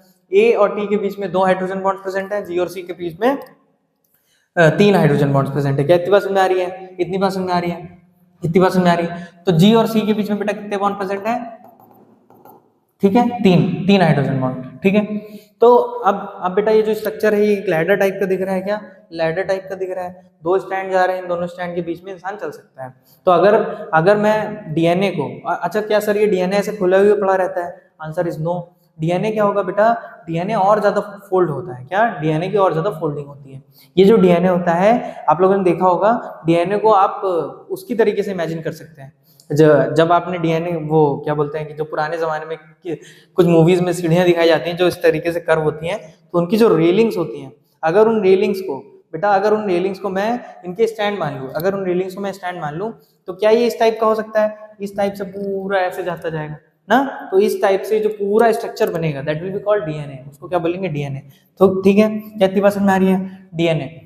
तो डीएनए क्या होगा बेटा, डीएनए डबल स्टैंड का स्ट्रक्चर होगा, और ये क्या होगा इस तरीके से एंटी पैरेलल हेलिक्स में, डीएनए का एक हेलिक्स होता है ना, तो हेलिकल नेचर में क्या होगा रन कर रहा होगा, ठीक है। अगर मैं इसको एक नॉर्मल वो जो वैसे वाली सीढ़ियां आती थी, अगर उनकी सीढ़ियों से कंपेयर करूं तो उनकी जो रेलिंग होगी दे विल बी बैकबोन, उन्हीं क्या बोलेंगे डीएनए के दोनों स्टैंड बोलेंगे। फिर उन दोनों के बीच में जितने स्टेयर्स लगे हैं जिनकी वजह से वो रेलिंग जोड़ रही हैं, they all will be hydrogen bonds, हमको क्या बोलेंगे हाइड्रोजन बॉन्ड्स। इसका मतलब दोनों साइड में स्टैंड जा रहे हैं, बीच में दोनों क्या जुड़े हुए हैं, हाइड्रोजन बॉन्ड्स जुड़े हुए हैं, ठीक है। इसके अलावा मैंने क्या पढ़ा है कि दोनों एंटी पैरेलल होंगे, प्यूरिन हमेशा पिरिमिडीन से बाइंड करेगा और पिरिमिडीन हमेशा से बाइंड करेगा। क्या इतनी बात समझ में आती है, इतनी बात समझ में आती है। तो अब हम लोग थोड़ा आगे बढ़ सकते हैं, आगे बढ़ते हैं बेटा। एक चीज होती है इसी के स्ट्रक्चर में, दैट इज चारगफ्स रूल, क्या चारगफ्स रूल, ठीक है, ठीक है। चारगफ्स रूल बेटा क्या बोलता है, चारगफ्स रूल सिंपल सा ये बोलता है कि A plus T upon G plus C, it will always be 1, ठीक है, इट विल ऑलवेज बी 1, ठीक है, इतनी बात समझ आ रही है, ठीक है, इतनी बात समझ आ रही है। चार्गस रूल बेटा क्या बोलता है, चार्गस रूल सिंपल सा ये बोलता है कि वो तो बेस पेयर रेशियो हो गया। देखिए चार्गस रूल बेटा क्या बोलता है कि A plus G, number of purine, क्या लिखूं, number of purine will be equal to number of pyrimidine. जब नंबर ऑफ प्यूरिन और नंबर ऑफ पिरिमिडीन बराबर है तो इसका मतलब क्या हो जाएगा, A plus G will be equal to T plus C, इसका मतलब क्या हो जाएगा, A plus G upon T plus C, it will be equal to 1, ठीक है, it will be equal to 1। कहते बात समझ आ रही है। अच्छा ऐसे कैसे पॉसिबल हुआ, इसका पॉसिबल होने का सिंपल सा मतलब क्या है कि नंबर ऑफ प्यूरिन जितने होंगे उतने ही क्या हो जाएंगे बेटा, नंबर ऑफ पिरिमिडीन हो जाएंगे। कितनी बात समझ आती है, इतनी बात समझ आती है। इसके बाद बेटा एक और इंपॉर्टेंट टॉपिक होता है that is called base pair ratio. क्या, बेस पेयर रेशियो। देखो अभी मैंने एक चीज बताई कि बेटा क्या होगा, एक तो हो सकता है कि एडेनिन हमेशा थाइमिन से बॉन्ड करेगा और ग्वानिन हमेशा साइटोसिन से बॉन्ड करेगा। तो जहां जहां पर एडेनिन प्रेजेंट होगा वहां वहां थाइमिन प्रेजेंट होगा, जहां जहां पर ग्वानिन प्रेजेंट है वहां पर साइटोसिन प्रेजेंट होगा। कितनी परसेंट में आती है।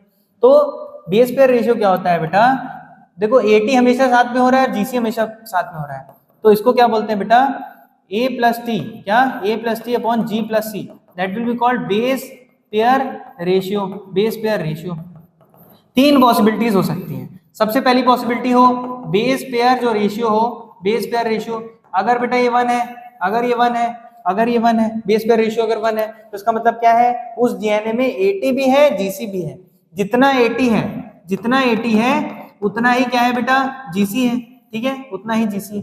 दूसरा बेटा क्या हो सकता है, जो बेस रेशियो हो, बेस रेशियो ग्रेटर देन 1 आ जाए।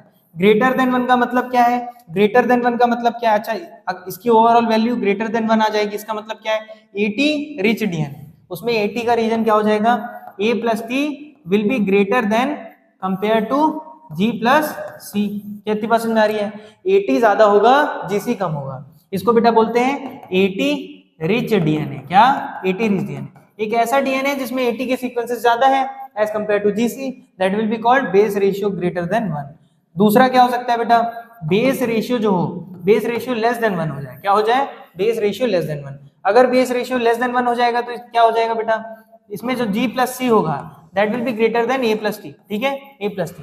इसका जो डीएनए होगा, इसका डीएनए कैसा होगा बेटा, इसका डीएनए सिंपल सा हम क्या बोल सकते हैं, GC रिच डीएनए। क्या, GC रिच डीएनए।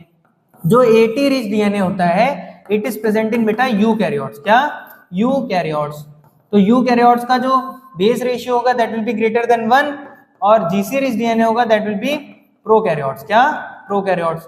इसके अलावा और चीज है बेस रेशियो में, जो बेटा बेस रेशियो होता है, base ratio is constant for single species, ठीक है, एक स्पीशी के लिए बेटा कांस्टेंट होगा, ठीक है, फॉर सिंगल स्पीशी। जैसे होमोसेपियंस का अगर बेस रेशियो 1.04 है तो बेटा सारी की सारी जो होमोसेपियंस, कोई भी होमोसेपियंस होगा उन सबका जो बेस रेशियो होगा 1.04 होगा। क्या इतनी बात समझ में आ रही है, इतनी बात समझ में आ रही है। चार्गस रूल हो गया, बेस पेयर रेशियो हो गया। इसके बाद जो डीएनए है, डीएनए अब मेनली हम लोग क्या पढ़ने जा रहे हैं कि जो डीएनए था, डीएनए डबल स्ट्रैंड स्ट्रक्चर था, चार्गस रूल पढ़ लिया, इसके बाद ये पढ़ लिया।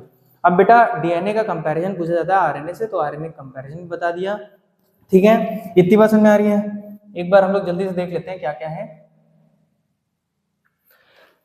देखिए स्ट्रक्चर ऑफ डीएनए में हम लोग ने क्या पढ़ा, डीएनए क्या होता है, डीऑक्सीराइबोन्यूक्लिक एसिड, न्यूक्लिक एसिड क्या होता है, हेटेरोपॉलीमर ऑफ न्यूक्लियोटाइड, अगर वो राइबो शुगर है तो राइबोन्यूक्लियोटाइड का हेटेरोपॉलीमर है that will be called RNA, अगर वो डीऑक्सीराइबोन्यूक्लियोटाइड का हेटेरोपॉलीमर है that will be called DNA.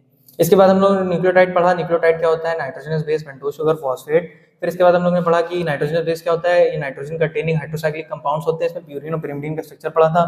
फिर जो नाइट्रोजनस बेस होते हैं उसमें प्यूरिन और पिरिमिडीन पढ़ा, प्यूरिन में एडेनिन, ग्वानिन, पिरिमिडीन में साइटोसिन, यूरेसिल और थाइमिन, ठीक है। फिर इसके बाद हम लोग ने क्या पढ़ा कि ये जो स्ट्रक्चर ऑफ डीएनए में प्यूरिन्स में दो पढ़ लिए, एडेनिन और ग्वानिन। एडेनिन क्या था बेटा, अमीनो 6 अमीनो प्यूरिन, ये क्या था 6 पे 2 पे अमीनो लगा है, 6 पे ऑक्सो प्यूरिन, ठीक है, प्यूरिन का स्ट्रक्चर हो गया। पिरिमिडीन में यूरेसिल, साइटोसिन, थाइमिन, यूरेसिल क्या था 2,4 डाइऑक्सो पिरिमिडीन। फिर 4 पे अगर अमाइनो ग्रुप लग गया ऑक्सो की जगह that will be called cytosine, अगर 5 पे मिथाइल हो गया that will be called thymine, ठीक है। फिर इसके बाद हम लोग ने ये पढ़ा कि जैसे देख लो ये सिंपल सा क्या है बेटा, ये एक स्टैंड ऑफ डीएनए जा रहा है, ऐसे दूसरे स्टैंड ऑफ डीएनए आएगा, उन दोनों के बीच में बॉन्ड बनता जाएगा, उन दोनों के बीच में बॉन्ड बनता जाएगा। इतनी बात समझ आती है। फिर इसके बाद न्यूक्लियोटाइड का स्ट्रक्चर बताया था, फॉस्फेट वगैरह के बारे में बताया था, किस तरीके से अटैच होते हैं, 3 तरीके के बॉन्ड बताए थे, फॉस्फोडाइस्टर बॉन्ड और ग्लाइकोसिडिक लिंकेज, किन किन पोजीशन पे अटैच होता है, ये स्टैंड कैसा होता है, ठीक है। स्टैंड के बाद हम लोगों ने क्या पढ़ा, आरएनए और डीएनए के बीच में क्या कंपैरिजन है, फिर डीएनए का एक स्टैंड बता के बताया, फिर उसके जो थोड़े से स्ट्रक्चर ऑफ डीएनए में जो रूल होते हैं वो सारे रूल बताए। फिर इसके बाद बेटा हम लोगों ने क्या पढ़ा, इसके बाद हम लोगों ने पढ़ा कि चारगफ्स रूल क्या होता है, बेस पेयर रेशियो क्या होता है। अब एक चीज बेटा मैं आपको थोड़ा सा दिखाना चाहता हूँ। लास्ट में बेटा जैसे हम लोग डीएनए का स्टैंड देख रहे थे, डीएनए का स्ट्रक्चर, ठीक है, तो डीएनए का स्ट्रक्चर थोड़ा सा आप ऐसे देख लीजिए कि जैसे ये जो डीएनए बनाया है ये कुछ कुछ बेटा इस तरीके से प्रेजेंट होता है, ठीक है। जैसे मैंने बताया ना कि इस तरीके से स्पाइरली हेलिक्स फॉर्म में होगा, ठीक है। ए हमेशा टी से बाइंड कर रहा है, जी सी से बाइंड कर रहा है, फिर बेटा एक ये स्टैंड जा रहा है, एक ये स्टैंड जा रहा है, दोनों एंटी पैरेलल जा रहे हैं। ये क्या है बेटा, 6 अमीनो प्यूरिन है ना, एडेनिन है, ये क्या है, थाइमीन है। एडेनिन और थाइमीन के बीच में 2 हाइड्रोजन बॉन्ड लगे हुए हैं। तो इस तरीके से चलते चलते बेटा एक लंबा सा स्ट्रक्चर बन जाएगा, that will be our DNA. उसको क्या बोलेंगे बेटा, डीएनए, ठीक है। इतनी बात समझ आ रही है, इतनी बात समझ आ रही है।